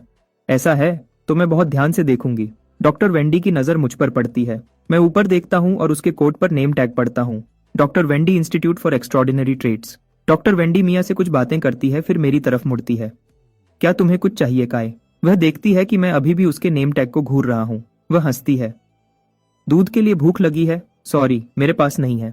मैं सीधे जवाब देता हूँ, मैं अब नॉर्मल खाना खाता हूँ। वह मुझे आसानी से उठा लेती है और मेरा गाल खींचती है। शायद टेक्सचर से संतुष्ट होकर वह मिया की तरफ देखती है। ये बहुत प्यारा है, क्या मैं इसे किस कर सकती हूँ? बिल्कुल, आगे बढ़ो। उसे ऐसी चीजें बहुत पसंद है। पसंद है? कब से? किसने परमिशन दी आगे बढ़ो की? इससे पहले कि मैं प्रोटेस्ट कर पाता, डॉक्टर वेंडी मुझे कई किस करती है और मेरा चेहरा लिप प्रिंट से भर जाता है। डॉक्टर वेंडी फिर हमें हमारे अलॉटेड क्वार्टर्स की तरफ ले जाती है। ये एक पूरी तरह से इक्विप्ड अपार्टमेंट है, इतना कंफर्टेबल कि घर जैसा लगता है। आराम कर लो, असेसमेंट प्रोसेस कल से शुरू होगा। वह मिया को एक एक्सेस कार्ड देती है और चली जाती है। हम अभी ठीक से सेटल भी नहीं हुए थे कि दरवाजे पर दस्तक होती है। मिया दरवाजा खोलती है और हैरान रह जाती है। या 3 दर्जन बच्चे दरवाजे पर भरे हुए थे। सब अंदर झांकने के लिए अपनी गर्दन लंबी कर रहे थे। हमने सुना कि 1 साल का फ्रीक आया है। मिया आधे मजाक और आधे गुस्से में एक तरफ हट जाती है और मुझे अपने कंपटीशन से मिलने का इशारा करती है। मैं पास जाता हूँ, एक नजर देखता हूँ और कहता हूँ, इतनी रात हो गई है, क्या तुम सब सोते नहीं हो? हम सो रहे थे जब तक इन दोनों ने सबको जगह नहीं दिया। वह उन 2 रिंग लीडर्स की तरफ इशारा करते हैं और जैसा कि उम्मीद थी, 5 मीटर तक पेशाब करने वाला और स्नॉट खाने वाला। ये देखकर कि उनसे बात करने वाला सच में इतना छोटा है, वह उत्साह से सवालों की बौछार कर देते हैं। क्या तुम स्प्लिट पैंट्स पहनते हो या डायपर्स? क्या तुम भूख लगने पर रोते हो? क्या तुम लड़ते हो? अगर मैं तुम्हें मारूंगा तो क्या तुम अपनी माँ के लिए रोगे? उस आखिरी सवाल ने मेरा ध्यान खींचा। मैं सस्पेंडर्स वाले लड़के को देखता हूँ जिसने यह पूछा था और धीमी मतलब भारी मुस्कान देता हूँ। तुम्हें पता चल जाएगा। अगली सुबह बेस हॉस्पिटल में मेरा खून टेस्ट, पेशाब टेस्ट और बालों का सैंपल टेस्ट होता है। उनके पास जो भी प्रोसीजर थे, मैं उन सबसे गुजरता हूँ। फिर डॉक्टर वेंडी के बताए अनुसार मैं स्मार्ट वॉच से बात करता हूँ और स्क्रीन पर एक जानकारी का बॉक्स खुल जाता है। डॉक्टर वेंडी समझाती है, पोटेंशियल स्कोर ही वह मुख्य चीज है जो यह तय करती है कि तुम सिलेक्शन में पास होगे या नहीं। तुम्हारा हर काम यहाँ पर असेसमेंट का हिस्सा है। हम ऐसे बच्चे ढूंढ रहे हैं जिनके पोटेंशियल स्कोर्स ज्यादा हों। मैं समझने का इशारा करने के लिए सर हिलाता हूँ, फिर कंफर्म करता हूँ। अभी 126 कैंडिडेट्स इस सिलेक्शन में हिस्सा ले रहे हैं। जैसे ही मैं हॉस्पिटल से बाहर निकलता हूँ, घड़ी बीप्स करती है। मैं अपनी कलाई उठाता हूँ। मुझे पहले ही एक पॉइंट मिल गया है। पोटेंशियल स्कोर को एक खास इवैल्यूएशन टीम चेक करती है, डॉक्टर वेंडी समझाती है। ज्यादा मत सोचो, बस यहाँ ऐसे ही रहो और सीखो जैसे तुम आमतौर पर करते हो। मैं सर हिलाता हूँ। समझ गया, अब मुझे सब साफ दिख रहा है। मेरी आम रूटीन है खाना, सोना और एक्सपी बढ़ाना, तो मैं बस उन्हें देखने दूंगा। घड़ी फिर से बीप्स करती है। मैंने सोचा था कि सिलेक्शन में एग्जाम्स, फिजिकल टेस्ट्स, शायद रिंग में लड़ाई होगी, लेकिन स्केड्यूल में पहली चीज एक क्लास है। जब मैं सब्जेक्ट का नाम देखता हूँ तो तुरंत एक्साइटेड हो जाता हूँ। आज के लेसन में माइंड कल्टीवेशन मेथड। एक छोटे क्लासरूम में एक सफेद बालों वाले टीचर माइंड कल्टीवेशन मेथड की बुनियादी बातें बताते हैं। कमरे में सब 4 स्टूडेंट्स अभी आए हैं और बाकी 3 पहले से जाने पहचाने चेहरे हैं। 5 मीटर पेशाब करने वाला बच्चा, नाक की गंदगी खाने वाला और किटन सस्पेंडर्स। वह तीनों मुश्किल से ध्यान दे रहे हैं। हर थोड़ी देर में वह मुड़ते हैं और मुझ पर मुंह बनाते हैं। यह इतना छोटा है, क्या यह कुछ भी समझ सकता है? नाक की गंदगी खाने वाला धीरे से बड़बड़ाता है। टीचर उस पर नजर डालते हैं और आगे बढ़ते हैं। मानसिक कल्टीवेशन की बुनियाद मेडिटेशन है। एक खास कंपाउंड के साथ मिलकर मेडिटेशन के दौरान दिमाग शरीर से अलग हो सकता है और ऊंची डायमेंशनल दुनिया में जा सकता है। मेडिटेशन की समझाने के बाद टीचर 4 शीशियां निकालते हैं, हम में से हर एक के लिए एक। मैं अपनी शीशी पर लेबल देखता हूँ, उसका ढक्कन खोलता हूँ और उसे धीरे से पीता हूँ। ये तो काफी मीठा है। अगली पल मुझे हल्कापन महसूस होता है, जैसे मेरा पूरा शरीर जमीन से उठ गया हो। मेरी इंद्रियां धुंधली होने लगती हैं। टीचर के बताए अनुसार मेरी चेतना भटकती है और मैं जल्दी ही खुद को एक गहरी, पूरी अंधेरे वाली जगह में पाता हूँ। इस मेडिटेटिव यात्रा में नियम आसान है, आगे बढ़ते रहो, रुको मत। ये आसान लगता है, लेकिन थोड़ी देर बाद दबाव बढ़ता है। ये आंखें बंद करके आगे चलने जैसा है। भले ही पता हो कि रास्ते में कुछ नहीं है, दूर तक जाना जितना आसान लगता है उससे मुश्किल है। तुम सिर्फ इतनी दूर तक जा सकते हो जब तक आंखें खोलने की इच्छा असहनीय न हो जाए। लेकिन अभी मैं गहरी मेडिटेशन में हूँ और मैं सिर्फ महसूस करके आगे बढ़ सकता हूँ। 8 मिनट में 5 मीटर पेशाब करने वाला बच्चा और नाक की गंदगी खाने वाला पसीने से भीग जाते हैं और तेज सांस लेते हैं। वह मेडिटेशन से बाहर आ जाते हैं। किटन सस्पेंडर्स थोड़ी देर और टिकता है। 10 मिनट बाद वह अपनी आंखें खोलता है। वह थकी हुई लेकिन जीत की मुस्कान के साथ दूसरे 2 को देखता है। फिर वह तीनों मेरी तरफ देखने लगते हैं। उनके चेहरे पर हैरानी आ जाती है। क्या यह छोटा बच्चा सच में उनसे ज्यादा मानसिक ताकत रख सकता है? वह तीनों अजीब चेहरे बनाकर क्लासरूम से बाहर निकल जाते हैं। जैसे ही वह बाहर आते हैं, खुद को रोक नहीं पाते। थोड़ी देर में बच्चों का एक झुंड एक एक करके दौड़ता हुआ आता है, क्लासरूम की खिड़की के बाहर खुद को दबाते हुए। ऐसा नहीं हो सकता कि वह सो गया हो, है ना? हाँ ठीक है। क्या तुम्हें सच में लगता है कि कोई उस फोकस सीरम को पीने के बाद सो सकता है? हाँ ठीक है, मैं अपनी ही टांग क्यों खींचूंगा? जबकि वह बाहर बातें कर रहे होते हैं, मैं क्लासरूम के अंदर धीरे से अपनी आंखें खोलता हूँ। मैं अपनी घड़ी चेक करता हूँ। सिर्फ 14 मिनट गुजरे हैं। फिर भी किसी तरह ऐसा लगता है जैसे मैंने पूरे 3 दिन और रातें जी ली हों। मैं एक धीमी सांस छोड़ता हूँ और अपना स्टैट पैनल खोलता हूँ। जैसे ही मैं नंबर्स देखता हूँ, मेरा मूड ठीक हो जाता है। ये पहली बार है जब मेरे मानसिक स्टैट्स असली ट्रेनिंग से बढ़े हैं। लगता है इस जगह आना सही फैसला था। एकेडमी में आने के बाद से मैंने जल्दी से खत्म कर लिया है अपने पहले राउंड के लेसन्स। आगे आने वाले कोर्सेज के नाम देखते हुए मुझे उत्साह महसूस होता है। जब से मैं पैदा हुआ हूँ, मेरे मानसिक स्टैट्स सिर्फ पैनल रिवॉर्ड पॉइंट से ही बढ़े हैं। मैंने कभी सोचा नहीं था कि दिमाग को ट्रेन करने के लिए असली टेक्निक्स भी होती हैं। जैसे ही मैं एक सेशन खत्म करता हूँ और फिर से जाने की तैयारी करता हूँ, प्रोफेसर जो मुझे रोकने के लिए अंदर आते हैं। क्लास के बाद मैं अपनी घड़ी की स्क्रीन पर जानकारी देखता हूँ। मैं खुद से बड़बड़ाता हूँ, क्या पोटेंशियल पॉइंट्स जमा करना सच में इतना आसान है? लेकिन जो मुझे अभी तक नहीं पता वह यह है कि इस मानसिक ट्रेनिंग सेशन में सिर्फ दोनों ने भी एक पॉइंट कमाया। स्क्वर्ट और बुगर को कुछ भी नहीं मिला। दूसरी क्लास में प्रोफेसर जो समझाते हैं कि मेडिटेशन ट्रेनिंग आगे बढ़ने पर क्या होता है। तुम्हारा दिमाग जितना मजबूत होगा, डायमेंशनल लॉ को छूने का तुम्हारा मौका उतना ही ज्यादा होगा। समझाने में आसान बनाने के लिए वह एक खाली कागज पर 2 पॉइंट्स ए और बी बनाते हैं। सब जानते हैं कि 2 पॉइंट्स के बीच सबसे छोटा रास्ता एक सीधी लाइन होती है। लेकिन क्या होता है जब तुम एक ऊंची डायमेंशन में जाते हो? वह कागज को आधा मोड़ते हैं, ए और बी को एक साथ लाते हुए। एक आम आदमी को ए से बी तक जाने के लिए 10 सेंटीमीटर चलना पड़ता है, वह कहते हैं। लेकिन एक अवेकेंड जो डायमेंशनल लॉ को कंट्रोल करता है, वह पल भर में पहुंच सकता है। हम इस शक्ति को डायमेंशनल शिफ्ट कहते हैं। जब सुबह की क्लासेस खत्म होती हैं, मेरा सर घूम रहा होता है। सिर्फ 2 लेसन्स और दुनिया को देखने का मेरा पूरा नजरिया बदल गया है। ये सच में एक कमाल की दुनिया है। लंच फेस स्कैन से फ्री है। गोश्त भरने के बाद मैंने कैफेटेरिया वाली लेडी से कहा कि मुझे हनी वर्म जल के 2 टुकड़े काट दे। जब स्क्वर्ट सुनता है कि मैं ये चीज हर दिन खाता हूँ, उसकी आंखें हैरानी से बड़ी हो जाती हैं। क्या तुम खराब हो गए हो या कुछ और? तुम ये हर दिन कैसे खा सकते हो? वह देखता है जब मैं जेल को पानी में मिलाता हूँ। हवा में एक तेज तीखी गंध फैल जाती है। स्क्वर्ट, जो मेरे बिल्कुल सामने बैठा है, लगभग उल्टी कर देता है। आदत पड़ जाती है, मैं कहता हूँ, बिल्कुल बेपरवाह। मैं उसे हिलाता हूँ और पूरा एक ही बार में पी जाता हूँ। मेरी शांत प्रतिक्रिया सबको हैरान कर देती है। कोई नहीं मानता कि 1 साल का बच्चा यह सब संभाल सकता है। तो वह मेरी नकल करते हैं। एक घूंट और वह सब बिना किसी एक्सेप्शन के उल्टी कर देते हैं। लंच के बाद मैं डॉम वापस जाता हूँ और अपनी घड़ी की स्क्रीन चेक करता हूँ। सिटी पेपा नाम के एक कैंडिडेट ने डेली एवरेज स्कोर का लीडर बोर्ड बनाया है। 98 कैंडिडेट्स रैंक्ड हैं। आधे दिन में 5 पॉइंट्स कमाने के साथ मेरा रैंक 45वां है। टॉप स्पॉट वन पंच का है, जिसका डेली एवरेज 11.7 है। उस दोपहर एक बस सबको ट्रेनिंग हॉल ले जाती है। जैसे ही मैं खुला मैदान और सारे इक्विपमेंट देखता हूँ, मेरी आंखें चमक उठती हैं और मेरा खून तेज हो जाता है। जब मुझे पता चलता है कि ट्रेनिंग की अवधि और तीव्रता पूरी तरह मुझ पर है, मैं सीधा मार्शल आर्ट्स हॉल में अनआर्म्ड कॉम्बैट जोन की तरफ जाता हूँ। मैं अपने आसपास की फुसफुसाहट को इग्नोर करता हूँ और पूरी तरह कोच हॉक जो सिखा रहे हैं उस पर ध्यान देता हूँ। मैं खड़ा भी हो जाता हूँ, मिरर मोड एक्टिवेट करता हूँ और उसकी टेक्निक्स को तुरंत कॉपी करता हूँ। कोच हॉक ने इस सेक्शन को खत्म करके बच्चों को आगे बढ़ाने का प्लान बनाया था,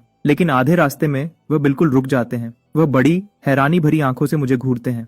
मेरी काउंटरिंग टेक्निक साफ है, रिदम स्मूथ है, साफ तौर पर पहले ही एक बिगिनर के लेवल पर है। कोच हॉक लेसन खत्म करते हैं, फिर तुरंत पूछते हैं, तुम कितने साल के हो? तुम कितने समय से संडा की ट्रेनिंग कर रहे हो?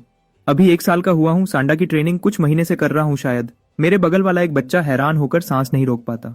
मैंने 1 साल का होने से पहले संडा शुरू की थी। क्या मैं पागल हो रहा हूँ या दुनिया?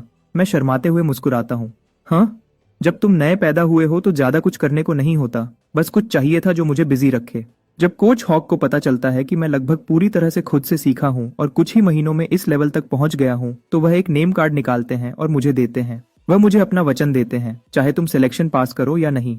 अगर तुम कभी फाइटर बनने का सोचो तो कभी भी मुझसे मिलना। ट्रेनिंग के 20 मिनट बाद ब्रेक के दौरान बाथरूम में चला जाता हूँ, लेकिन यूरिनल के सामने खड़े होकर मुझे एक दुख भरी बात पता चलती है। वह बहुत ज्यादा ऊंचा है, मैं बस उस तक पहुंच नहीं सकता। इसी बीच स्क्वर्ट बीच रास्ते में खड़ा है और अपने बगल वाले बच्चे से एक सवाल पूछता है।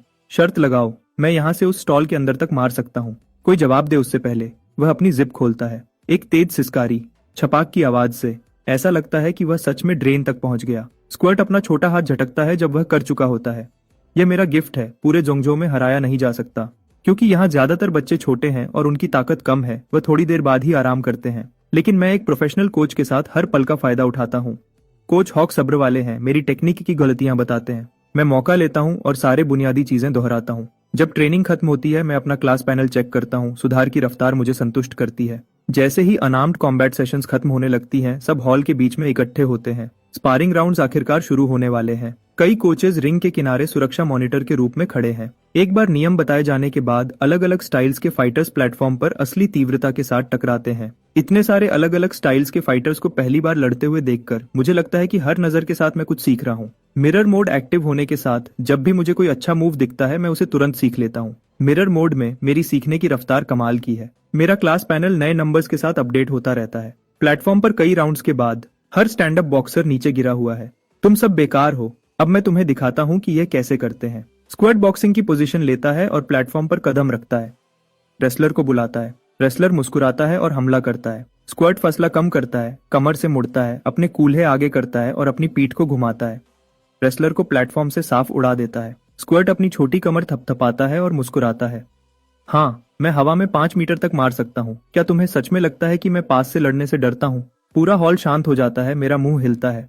हर कोई जो एकेडमी में आया है उसके पास कुछ खास है। मैं सोचता हूँ कि क्या मुझे स्टैंड अप स्ट्राइकिंग सीखनी चाहिए। सोचने के बाद मैं संडा के साथ रहने का फैसला करता हूँ, लेकिन मुझे कुछ रेसलिंग टेक्निक्स भी सीखनी चाहिए अपने ग्राउंड गेम को बेहतर बनाने के लिए। मैंने काफी देर तक देख लिया है, अब मेरी बारी है। यह सोचकर मैं खड़ा होता हूँ और प्लेटफॉर्म पर चलता हूँ। जैसे ही मैं ऊपर कदम रखता हूँ, खामोशी छा जाती है। कोई आगे नहीं आना चाहता। एक लंबे इंतजार के बाद उनके चेहरों के भाव पढ़कर मैं समझ जाता हूँ कि क्यों। एक पल सोचने के बाद मैं मुस्कुराता हूँ और कहता हूँ, कोई है जो मेरे साथ 3 मूव्स का बदला बदली करना चाहे? आओ देखो कि क्या मैं टिक भी पाता हूँ। इसे मुझ पर एक एहसान समझना, मैं शुक्रगुजार रहूंगा।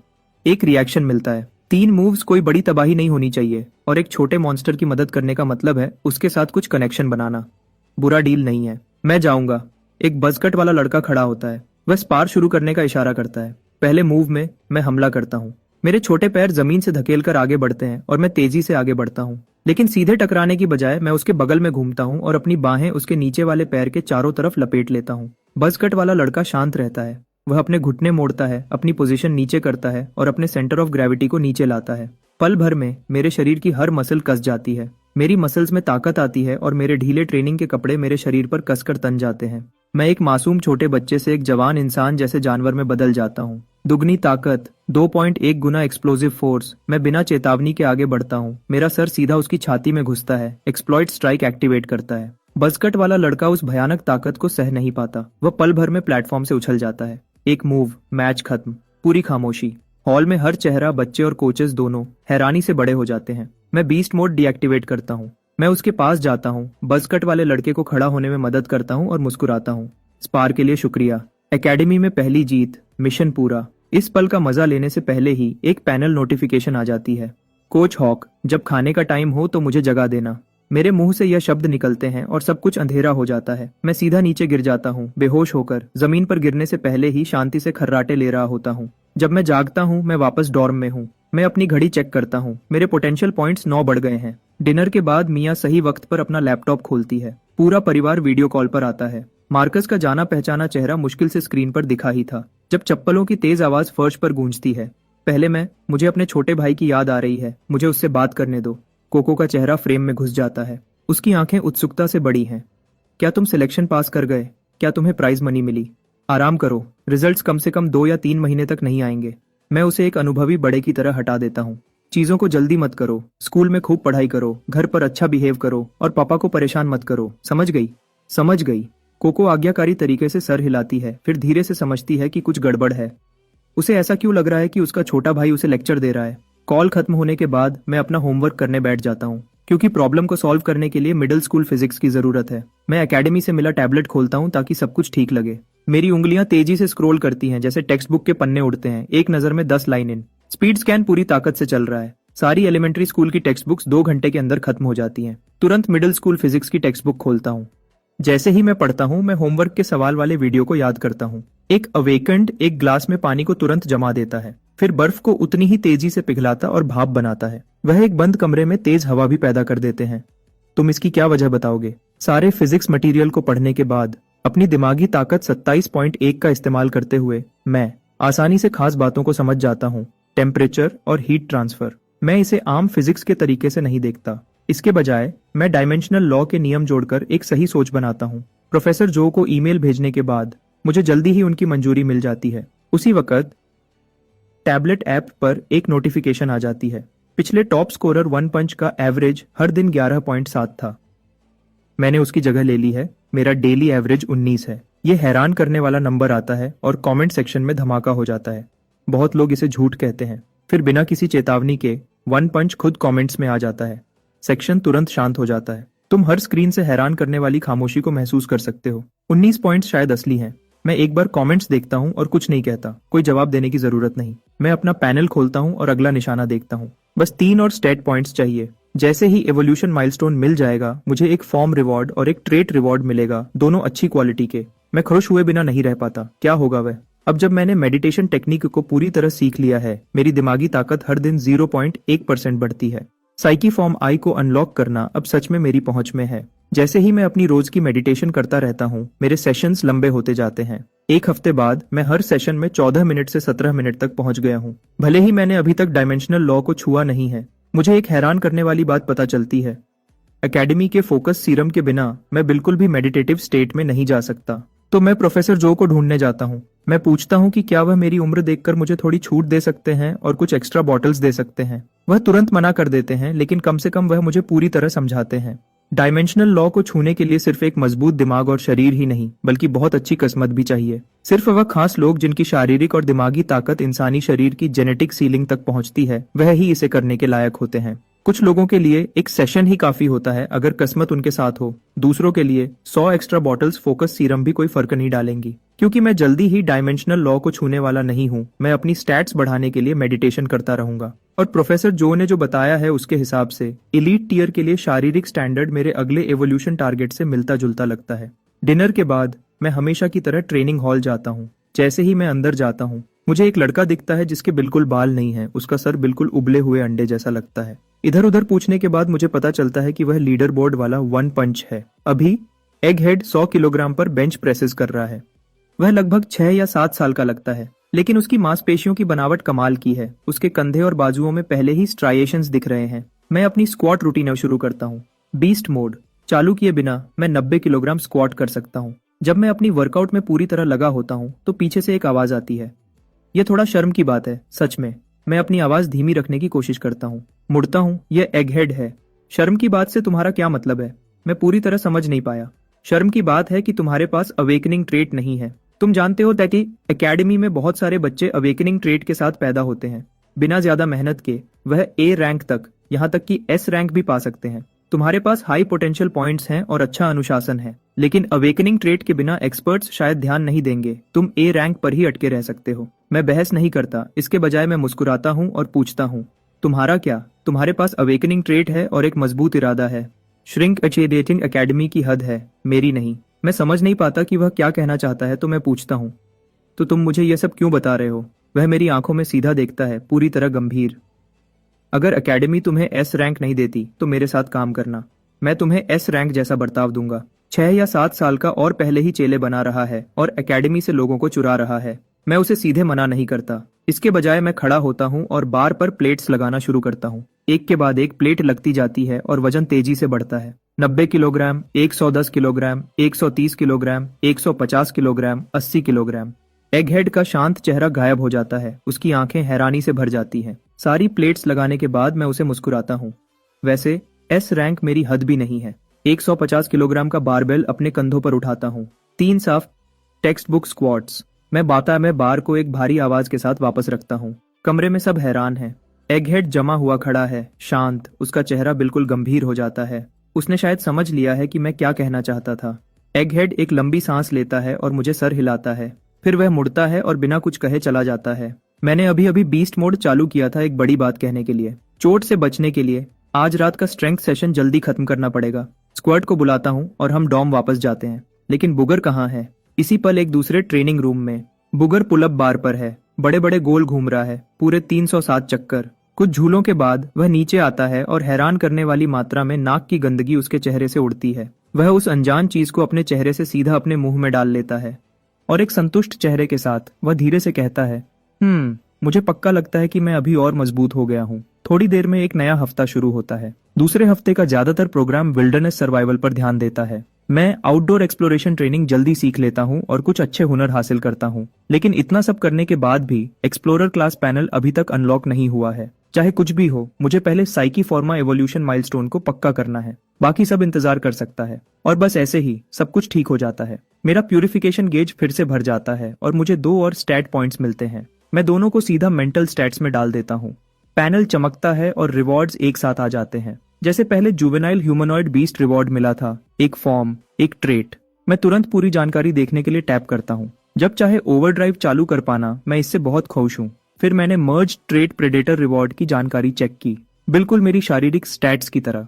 मेरी दिमागी स्टैट्स को अब ग्रोथ रेट और रिकवरी स्पीड दोनों में फायदा मिलता है। पूरा पैनल और जो कुछ भी मैंने अनलॉक किया है उसे देखकर मुझे एक शांत संतुष्टि महसूस होती है।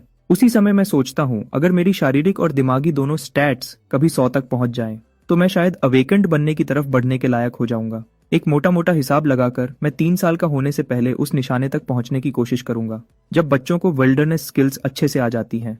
वेल के बारे में लेसन्स भी शुरू हो जाते हैं। अगले दिन मैं एकेडमी से मिला हुआ सामान पैक करता हूँ, पंपकिन को साथ लेता हूँ और एकेडमी बस में बैठ जाता हूँ। एक ऐसे डिवाइस से गुजरने के बाद जो स्पेस और टाइम के बीच एक पोर्टल जैसा लगता है। मुझे नीला आसमान, सफेद बादल, अलग अलग साइज के 3 सूरज, तेज हवाएं और पूरी तरह से बैंगनी घास मिली। हम अब एक बड़े खुले मैदान के बीच में खड़े हैं। प्रोफेसर जो सबको बताने के लिए बोलते हैं, याद रखो तुम्हारा मिशन यहाँ 1 महीने तक जिंदा रहना है। कीमती चीजें ढूंढो और उन्हें शुरुआती जगह पर वापस लाओ।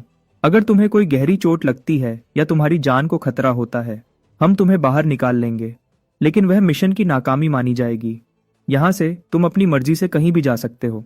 टीम बनाओ, अकेले जाओ, साथ काम करो या मुकाबला करो, यह सब तुम पर है। जैसे ही वह खत्म करते हैं, बच्चे हर दिशा में बिखर जाते हैं।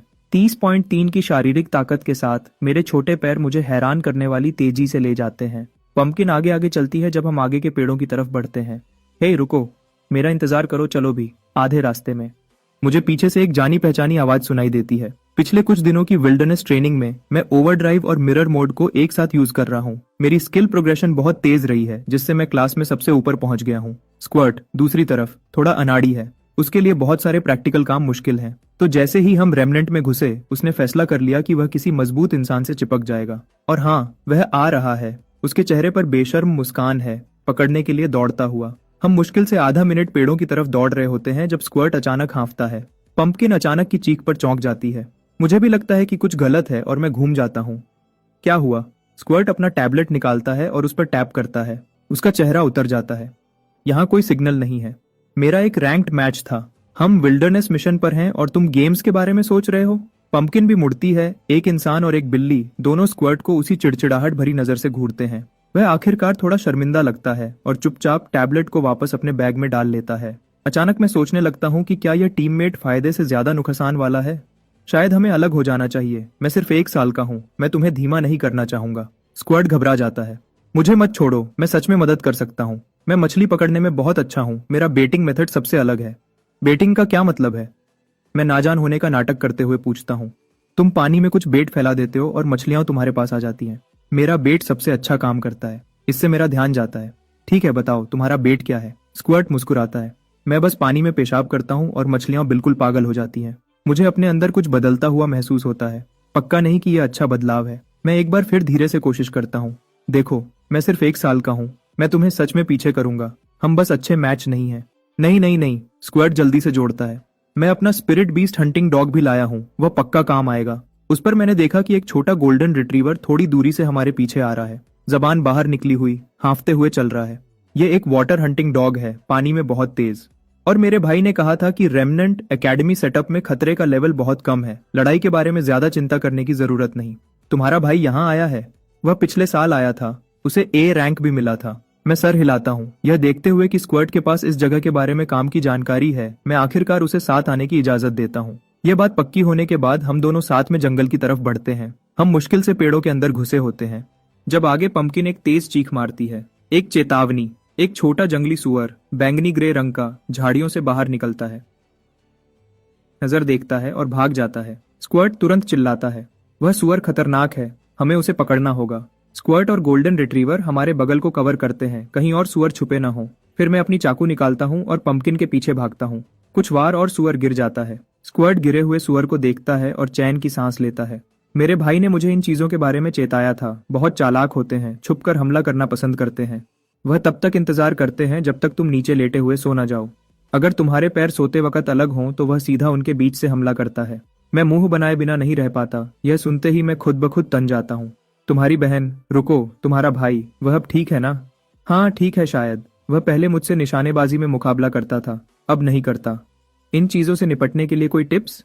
बस याद रखना कि सोते वक्त अपने पैर साथ रखना। स्क्वर्ट और मैं नदी के पास एक ढलान पर जगह ढूंढते हैं, पीठ एक बड़े पेड़ की तरफ करके।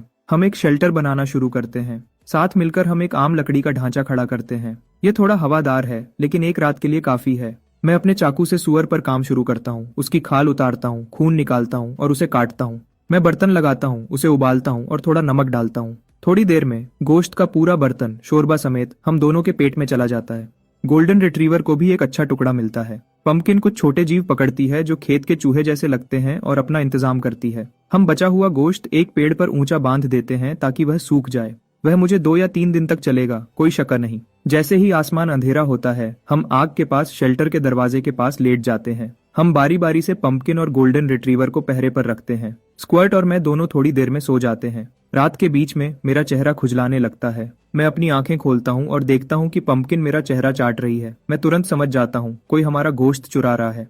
गोल्डन रिट्रीवर ने भी देख लिया है। वह स्क्वर्ट को जगाने के लिए दौड़ता है। मैं खामोशी का इशारा करता हूँ, मैं खामोशी का इशारा करता हूँ, मैं खामोशी का इशारा करता हूँ। धीरे से स्क्वर्ट को जगाता हूँ और उसे सब बताता हूँ। हम चारों, 2 बच्चे, एक बिल्ली, एक कुत्ता, चुपचाप शेल्टर से बाहर निकलते हैं। हम उस पेड़ की तरफ बढ़ते हैं जहाँ गोश्त लटका हुआ है। मुझे बस कुछ दिखता है जो पेड़ पर चढ़ रहा है, पहले ही गोश्त के पास। स्क्वर्ट एक पत्थर पकड़ता है फेंकने के लिए।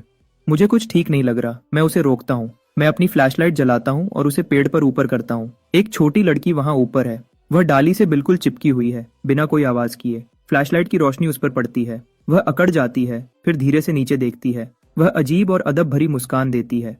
कहती है, तुमने मुझे पकड़ लिया। शेल्टर के दरवाजे के बाहर स्क्वर्ट उस लड़की को घूरता है जिसने अभी हमारा गोश्त चुराने की कोशिश की थी। उसने पहले भागने की कोशिश की थी। स्क्वर्ट उसे पकड़ने की कोशिश में गिर गया था, लेकिन आखिर में उसे पकड़ लिया। बोलना शुरू करो, तुम हमारा गोश्त क्यों चुरा रही थी? लड़की मुस्कुराती रहती है। स्क्वर्ट का गुस्सा बढ़ता है, क्योंकि मेरे पास खाने को कुछ नहीं था। वह शर्मिंदा होकर अपना सर झुका लेती है। उसकी सीधी बात सुनकर स्क्वर्ट उसे चुपचाप देखता रह जाता है। आग की रोशनी में मैं उसे साफ देखता हूँ और पहचान जाता हूँ। यह मौत है और वह कमजोर नहीं है। उसका हर दिन का एवरेज स्कोर हमेशा टॉप 5 में रहता है। तुम्हारी आज रात की हरकत ने हमारी नींद खराब की और हमारी फ्लैशलाइट की बैटरी भी खर्च की। मैं शांति से नुकसान बताता हूँ। मौत सर हिलाती है और अपने दोनों हाथ आगे करती है, हथेलियां ऊपर। वह अपनी आंखें बंद करती है, कहती है, मारो मुझे। हम तुम्हें क्यों मारेंगे? स्क्वर्ट थककर कहता है, जब तुम चोरी करते हो और पकड़े जाते हो तो मार पड़ती है। क्या सबको ये नहीं पता? हम तुम्हें मारेंगे नहीं, लेकिन तुम पर हमारे नुकसान का कर्ज है। अगर तुम्हें कोई कीमती चीज मिली है तो वह चलेगी, अगर नहीं तो वह घास का बना हुआ जो तुमने पहना है वह दे दो। मौत अपनी घास की बुनी हुई चीज को थोड़ा और कसकर पकड़ लेती है, लेकिन उसके पास सच में कोई कीमती चीज नहीं है। क्या जानकारी पेमेंट में चलेगी? मैं सर हिलाता हूँ। सुनो, मौत अपना दिन बताना शुरू करती है। जब सब अलग हो गए थे, वह अकेली घने जंगल में चली गई और अंदर जाने के बाद उसे घने जंगल में एक गुफा मिली। लेकिन जैसे ही वह अंदर गई, उस पर रेजर क्लॉज के झुंड ने हमला कर दिया। उनके दांत और पंजे बहुत तेज थे, वह बहुत जोर से मारते हैं। उसका सारा सामान खो गया और वह घाटी से भाग गई। जगह से अनजान होने की वजह से वह लगभग पकड़ी गई थी। मुश्किल वक्त में एक बहुत बड़ा आदमी, लगभग 2 मीटर लंबा, घाटी की गहराइयों में थोड़ी देर के लिए दिखा और फिर गायब हो गया। उसके साथ एक गहरी, गरजने वाली आवाज भी आई। रेजर क्लॉज ने वह आवाज सुनी और उसका पीछा करना छोड़ दिया। दुम दबाकर भाग गए। घाटी से बाहर निकलने के बाद उसके पास शिकार करने की कोई ताकत नहीं बची थी। तभी उसने पेड़ पर लटका हुआ सुअर का गोश्त देखा तो उसने रात होने का इंतजार किया और अपना काम किया। मौत की बात सुनने के बाद और स्क्वर्ट ने जो खतरे के लेवल के बारे में बताया था, उसे मिलाकर मुझे लगता है कि थोड़ा और उसके बारे में बताना अच्छा होगा। वह 2 मीटर लंबा आदमी शायद कोई मामूली चीज नहीं है। जैसे ही मैं सोच रहा था कि मौत की कहानी कैसे चेक करूं, स्क्वर्ट बिल्कुल सीधे मुंह से कहता है, मुझे पता है कि वह झूठ बोल रही है या नहीं। वह मौत के पास जाता है। पूरी कहानी फिर से सुनाओ, लेकिन उल्टा। जब तुमने गोश्त चुराया वहां से शुरू करो और शुरुआत तक जाओ। मौत हैरान दिखती है, लेकिन बात मानती है। सब कुछ उल्टे ऑर्डर में बताती है। जब वह खत्म करती है, स्क्वर्ट मुझे एक तरफ खींचता है और धीरे से कहता है, वह सच बोल रही है। लोग सिर्फ उसी ऑर्डर में झूठ बोल सकते हैं जिस ऑर्डर में चीजें हुई हैं। उल्टा जाने पर झूठा हमेशा पकड़ा जाता है। ये तुमने कहाँ से सीखा? मेरे पापा ने सिखाया था। एक बार वह काम से वापस आए और मैंने उन्हें बताया कि मैं पूरा टाइम पढ़ाई कर रहा था। उन्होंने मुझे सब कुछ उल्टा बताने को कहा। मैं आगे झुकता हूँ। और फिर क्या हुआ? स्क्वर्ट की मुस्कान रुक जाती है। फिर उन्होंने मुझे मारा। मौत के पास वापस जाते हैं। तुम जा सकती हो। वह सर हिलाती है, लेकिन उसकी आंखें बर्तन में रखी दर्जनों बेरीज से नहीं हट रही हैं और उसके पेट से एक लंबी धीमी आवाज आती है। मौत ने आज जो कुछ भी झेला, उस सब को याद करते हुए उसकी लड़ने की ताकत स्क्वर्ट से साफ तौर पर ज्यादा है और दोनों को उस गुफा को मिलकर खोजने से फायदा हो सकता है। यह सोचकर मैं मुट्ठी भर बेरीज लेता हूँ और उसके हाथ में देता हूँ। तुमने जो जानकारी दी वह कीमती थी। यह तुम्हारी है। मौत की आंखें चमक उठती हैं। वह उन्हें सेकंड्स में खा जाती है। 2 निवाले और वह खत्म। साफ है कि उससे उसका पेट बिल्कुल नहीं भरा। मैं सही मौका देखता हूँ। क्या साथ काम करना चाहती हो? हम उस गुफा को एक टीम की तरह खोजेंगे। बची हुई बेरीज का आधा हिस्सा तुम्हारा होगा और एक टुकड़ा गोश्त भी। मेरी पेशकश सुनने के बाद मौत हिचकिचाती है। वह बर्तन में रखी बेरीज पर चोरी छिपे नजर डालती है, लालच को रोकती है और धीरे से कहती है, शुक्रिया। फिर वह पल भर में गायब हो जाती है। जंगल की गहराइयों में दौड़ती हुई चली जाती है। अगली सुबह जल्दी स्क्वर्ट और मैंने बात की और जल्दी से जल्दी गुफा की तरफ जाने का फैसला किया। हम जल्दी से सामान पैक करते हैं और फिर निकल पड़ते हैं। 2 बच्चे, एक बिल्ली, एक कुत्ता। 3 घंटे पैदल चलने के बाद हम आखिरकार पहुंच जाते हैं। यह वह जगह है जहां मौत ने अपना आधा दिन इस मुश्किल जगह में गुजारा था। स्क्वर्ट कांटों से भरे रास्ते को देखकर धीमी से सीटी बजाता है, फिर गंभीर हो जाता है। ध्यान से, अगर सिस्टम ने हमें खतरे में बताया और एकेडमी ने हमें बाहर निकाल दिया तो मिशन खत्म हो जाएगा। यह चेतावनी ध्यान में रखते हुए मैं पंपकिन के साथ पहाड़ में आगे बढ़ता हूँ। बस कुछ कदम अंदर आगे एक काला साया दिखता है, बिल्कुल वैसा ही जैसा मौत ने रेजर क्लॉ के बारे में बताया था। इस जगह का सबसे खतरनाक शिकार करने वाला जानवर।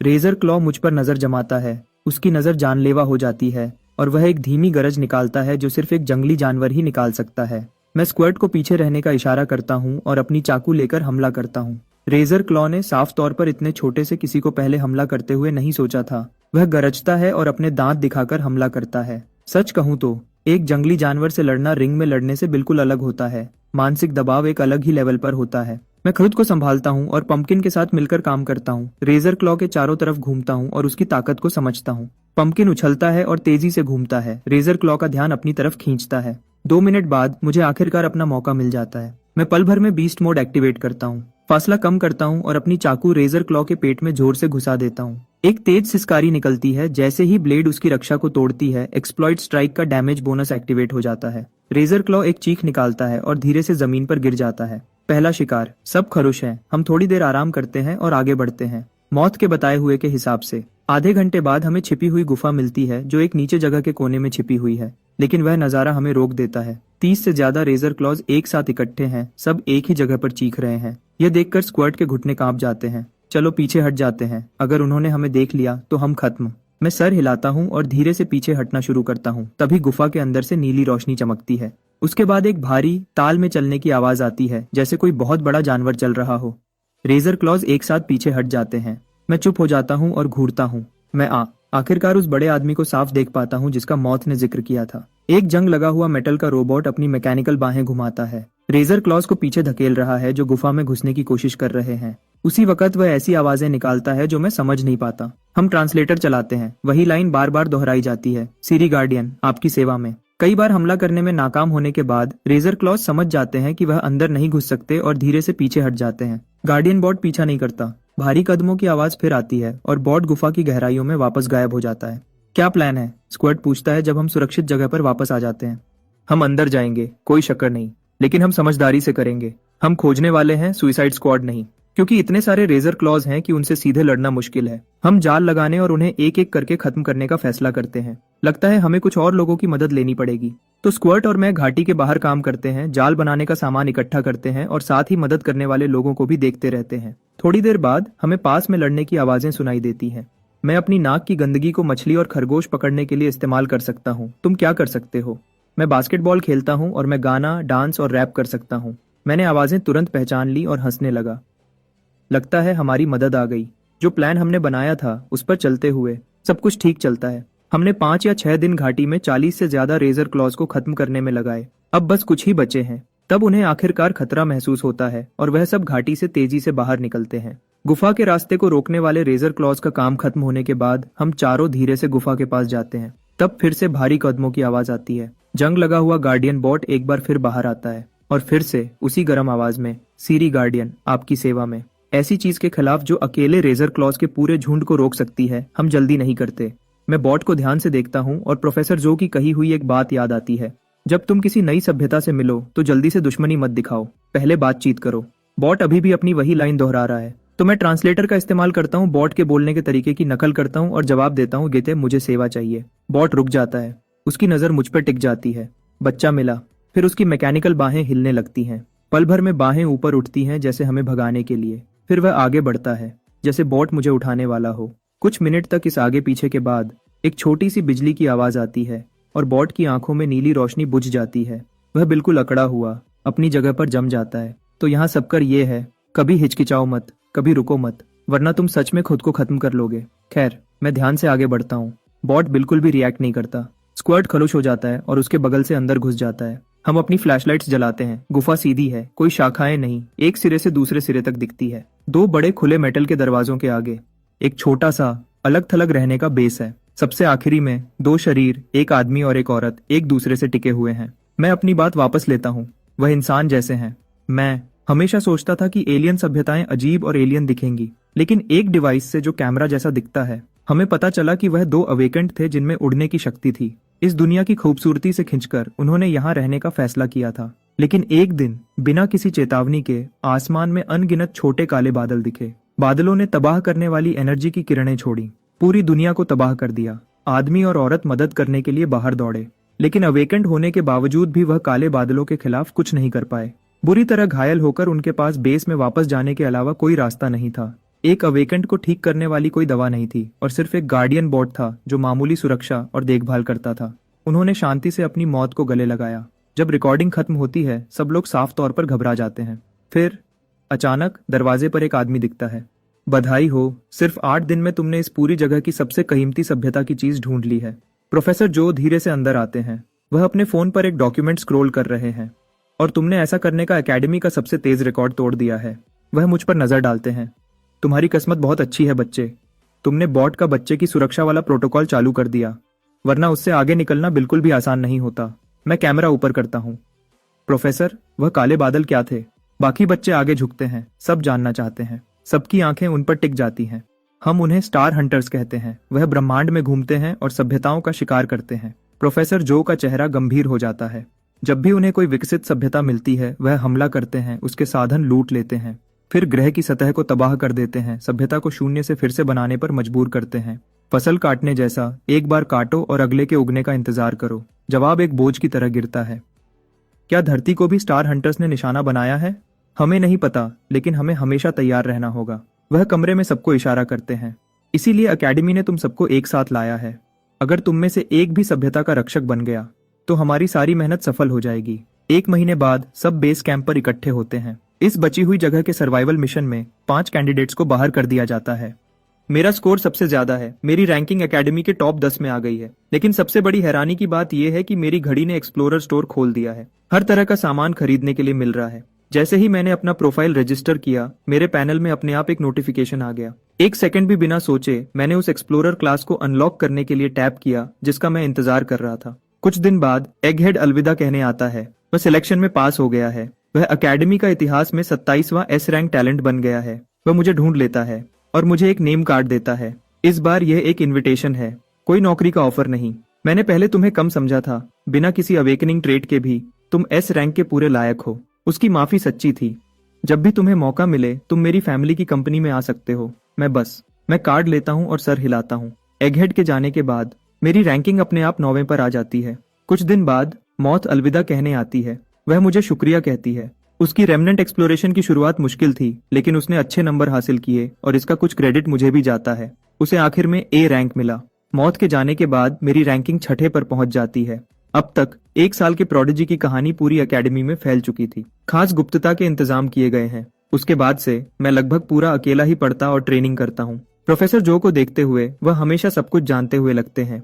एक दिन मैंने अंदाजा लगाया और पूछा, क्या आप एक अवेकेंड प्रोफेसर हैं? वह अपनी वुल्फबेरी ड्रिंक का घूंट लेते हैं और मुस्कुराते हैं। तुम्हें क्या लगता है? और मैं सोचता हूँ कि क्या मैं अंदाजा लगाऊंगा। मैं मुड़ता हूँ और चला जाता हूँ। चेकमेट। वह बस मुझे देखता रह जाता है। आधे महीने बाद दुन्नो की बारी थी एकेडमी छोड़ने की। वह उदास दिख रहा था। उसे सिर्फ C+ रेटिंग मिली थी। लेकिन दुन्नो दुखी नहीं था, बल्कि वह आगे की तरफ उत्साह से देख रहा था। मैं अच्छा दिखता हूँ, मैं गाना गा सकता हूँ और डांस कर सकता हूँ, और मैं बॉल भी खेल सकता हूँ। मैं एक ट्रेनी के रूप में डेब्यू कर सकता हूँ। कौन जानता है, शायद मैं बड़ा बन जाऊं। 1 हफ्ते बाद स्क्वर्ट और बुगर को उनकी रेटिंग्स मिलती हैं। स्क्वर्ट को B+ मिलता है, बुगर को B मिलता है। दोनों जीनियस स्टैंडर्ड को पूरा करते हैं और पूरे फायदे के पैकेज के लिए क्वालिफाई करते हैं। वह तुरंत जल्दी जाने के लिए अप्लाई करते हैं ताकि अपनी फैमिलीज के साथ सेलिब्रेट कर सकें। उनके जाने से पहले हम तीनों एकेडमी की कैफेटेरिया में साथ में खाना खाते हैं।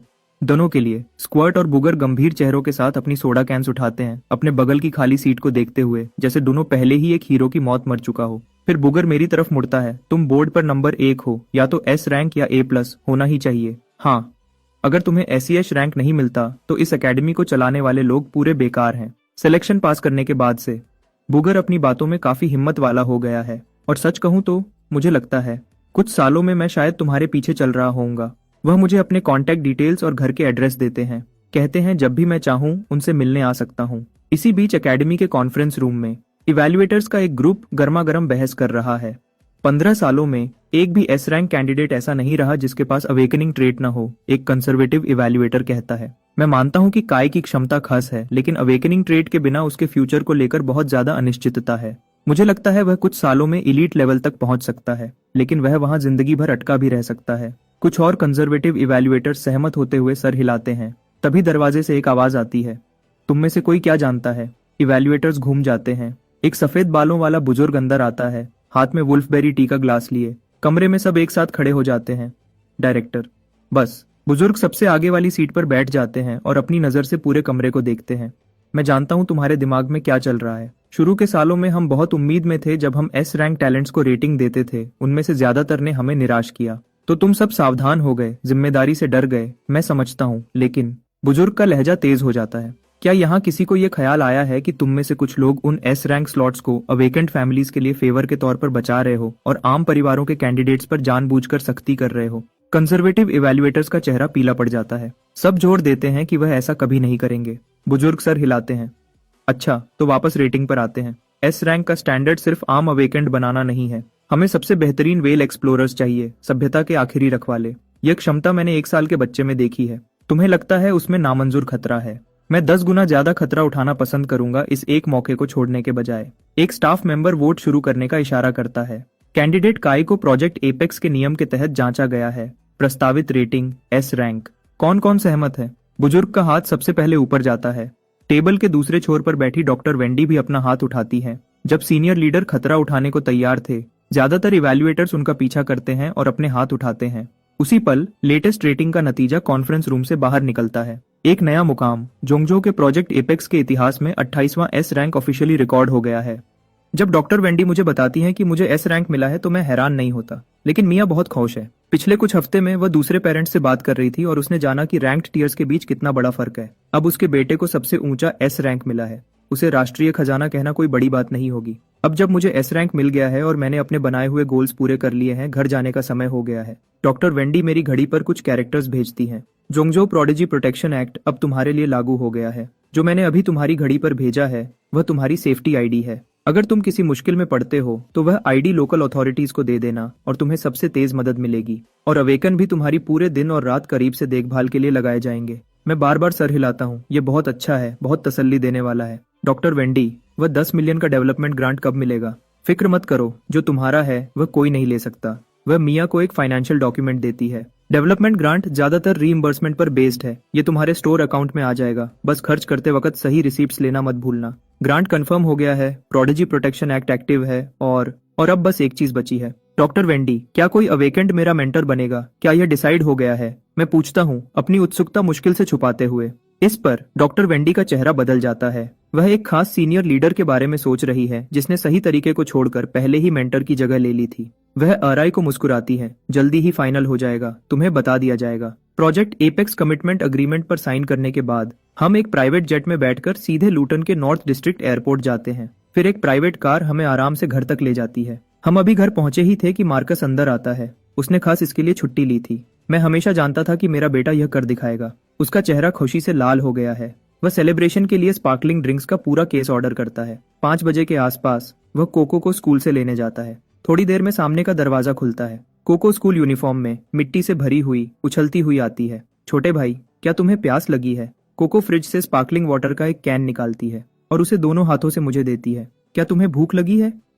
डिनर में कोको एक पूरी चिकन लेग उठाती है और मेरे बोल में रख देती है। क्या तुम थक गए हो? ट्रेनिंग के बाद कोको मेरे लिए एक टॉवल और एक ड्रिंक लाती है। वह मेरे कंधों को थोड़ा दबाती भी है। मैं अपनी आंखें आधे बंद करता हूँ और इसके हर पल का मजा लेता हूँ। इस घर में मेरा रुतबा सबसे ऊंचा हो गया है। हे, मेरी घड़ी कहाँ है?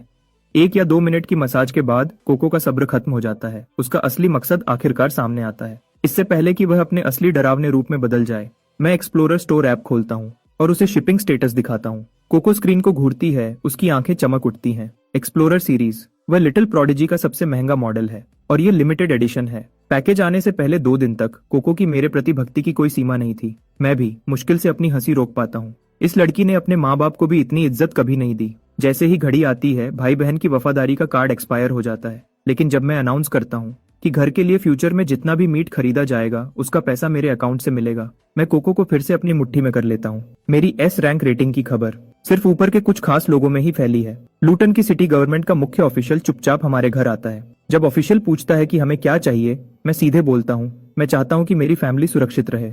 ऑफिशियल बिना किसी झिझक के मान जाता है। एक प्राइवेट कार और सिक्योरिटी का इंतजाम किया जाता है ताकि मार्कस, मिया और कोको को हर दिन स्कूल ले जाया और लाया जा सके। एक बड़ा अपार्टमेंट और एक सरकारी रेजिडेंशियल कॉम्पाउंड भी ऑफर किया जाता है, बिना किराए के और 20 साल रहने के बाद पूरी मालिकाना हक। मार्कस और मिया वहाँ हैरानी में खड़े हैं, आखिरकार समझ रहे हैं कि अब चीजें कितनी अलग हैं। शिफ्ट होने के दौरान मैं बस हर दिन बिना किसी छुट्टी के ट्रेनिंग करता हूँ, अपने मेंटोर के असाइनमेंट के फाइनल होने का इंतजार करते हुए। पूरा 1 महीना बीत जाता है जब आखिरकार ईमेल आता है।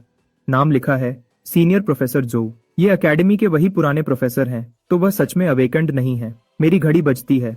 छोटे, अब मैं तुम्हारा मेंटर हूँ। हैरान हो? ये नहीं सोचा था। तुम्हारे लिए एक छोटा सा गोल है, 4 साल के अंदर एलीट लेवल तक पहुंचो। अगर ऐसा करते हो तो एक बड़ा इनाम इंतजार कर रहा है, और अगर तुम नहीं करते तो मैं खुद लूटन आकर तुम्हें थप्पड़ मारूंगा। मैं थोड़ा सिकुड़ता हूँ, पता नहीं क्यों। मुझे शक नहीं है कि वह सच में ऐसा करेंगे। खुशकिस्मती से ये गोल मेरे लिए बिल्कुल भी मुश्किल नहीं है। स्कूल तब तक इंतजार कर सकता है जब तक तुम एलीट लेवल तक नहीं पहुंच जाते। ट्रेनिंग के लिए बस मेरे इंतजाम को फॉलो करना। एक मेंटर का होना सच में बोझ कम कर देता है। मैं अच्छे मूड में फोन रखता हूँ, मेंटर की खबर का इंतजार करते हुए। कोको मेरी स्पारिंग पार्टनर रही है। हर शाम हम साथ में कॉम्बैट प्रैक्टिस करते हैं। एकेडमी जाने से पहले कोको को हराने के लिए पूरी कोशिश और कुछ नए तरीके लगते थे। मुझे हर मौका ढूंढना पड़ता था ताकि साइज के फर्क को पूरा कर सकूं। वापस आने के बाद हम बराबर के थे, 50-50। कोको हैरान है, वो फिर से मुझे एलियन फ्रीक कहने लगी है। कुछ दिन बाद प्रोफेसर जो फोन करते हैं, ट्रेनिंग फैसिलिटी और तुम्हारा कोच सब तैयार है। पूरी जगह सिर्फ मेरी है। इक्विपमेंट के लिए इंतजार नहीं करना पड़ेगा। जो भी मैं ट्रेन करना चाहूँ जब भी चाहूँ। घर से आधे घंटे की दूरी पर। यह है जिंदगी। थोड़ी देर बाद प्रोफेसर जो ने जिस कोच का इंतजाम किया था वह आती है, एक जवान औरत जिसके ऊंचे पोनीटेल है। हेलो, मैं तुम्हारी पर्सनल कोच टीना हूँ। हाय कोच टीना। मैं बारबेल को रखता हूँ और दौड़कर पास जाता हूँ। मानसिक रूप से तैयार होने के बावजूद कोच टीना अपनी आंख को फड़कने से रोक नहीं पाती जब वह 100 केजी बारबेल देखती है। परिचय के बाद मैं उसके क्रेडेंशियल्स देखता हूँ। कोई ऐतराज नहीं। हम आगे के लिए ट्रेनिंग प्लान फाइनल करते हैं।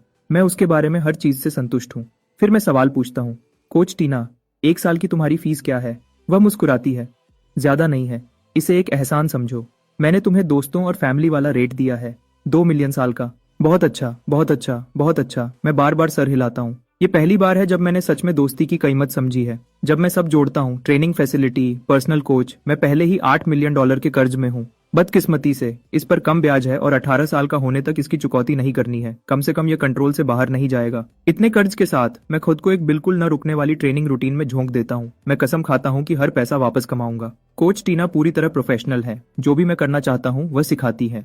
उस पल से मेरी सभी स्किल्स के एक्सपीरियंस पॉइंट्स तेजी से बढ़ने लगते हैं। समय तेजी से गुजरता है। मिरर मोड और ओवरड्राइव दोनों डबल बूस्ट के रूप में एक्टिव हैं। मैं हर दिन तेजी से तरक्की करता हूँ। जब बसंत आता है, वह मौसम जब हर साल संक्रामक बीमारियां फैलने लगती हैं। मुझे पिछली बसंत याद है, एक गंभीर महामारी फैल गई थी। मिया घर पर फंसी हुई थी, अपने स्टूडेंट्स के लिए ऑनलाइन क्लासेस चला रही थी। लेकिन मुझे हमेशा लगता था कि यह अवेकेंट से जुड़ा हो सकता है। तो मैं प्रोफेसर जो को मोटा मोटा बताता हूँ और पूछता हूँ कि क्या अवेकेंट से जुड़ी घटनाओं की जानकारी तक पहुँचने का कोई तरीका है। प्रोफेसर जो मुझे एक रेफरल कोड भेजते हैं, फिर मेरी घड़ी पर एक ऐप भेजते हैं। लेकिन वह एक बात साफ करते हैं, मुझे खुद जांच नहीं करनी है। मैं सिर्फ डेटाबेस आर्काइव्स देख सकता हूँ। मैं ऐप इंस्टॉल करता हूँ और उसे खोलता हूँ। मैं कीवर्ड्स टाइप करता हूँ, ग्रीन फ्लाई। डेटाबेस तुरंत कई केसेस दिखाता है। वह सच में अवेकेंट लेवल की शक्तियों से जुड़े हैं। जैसे ही मैं ध्यान से पढ़ता हूँ, मेरा चेहरा गंभीर हो जाता है। हर एक केस में बड़े पैमाने पर मौत की महामारी शामिल है। मिडीवल यूरोप की ब्लैक डेथ से लेकर 1918 की स्पेनिश फ्लू तक, इन सभी बदनाम महामारियों में ग्रीन फ्लाई के निशान मिलते हैं। ओवरसीज में अवेकेंड ऑपरेटिव्स की लंबी जांच के बाद यह रास्ता एक पौराणिक जीव की तरफ जाता है, बेएल्ज़ेबब, लॉर्ड ऑफ द फ्लाइज।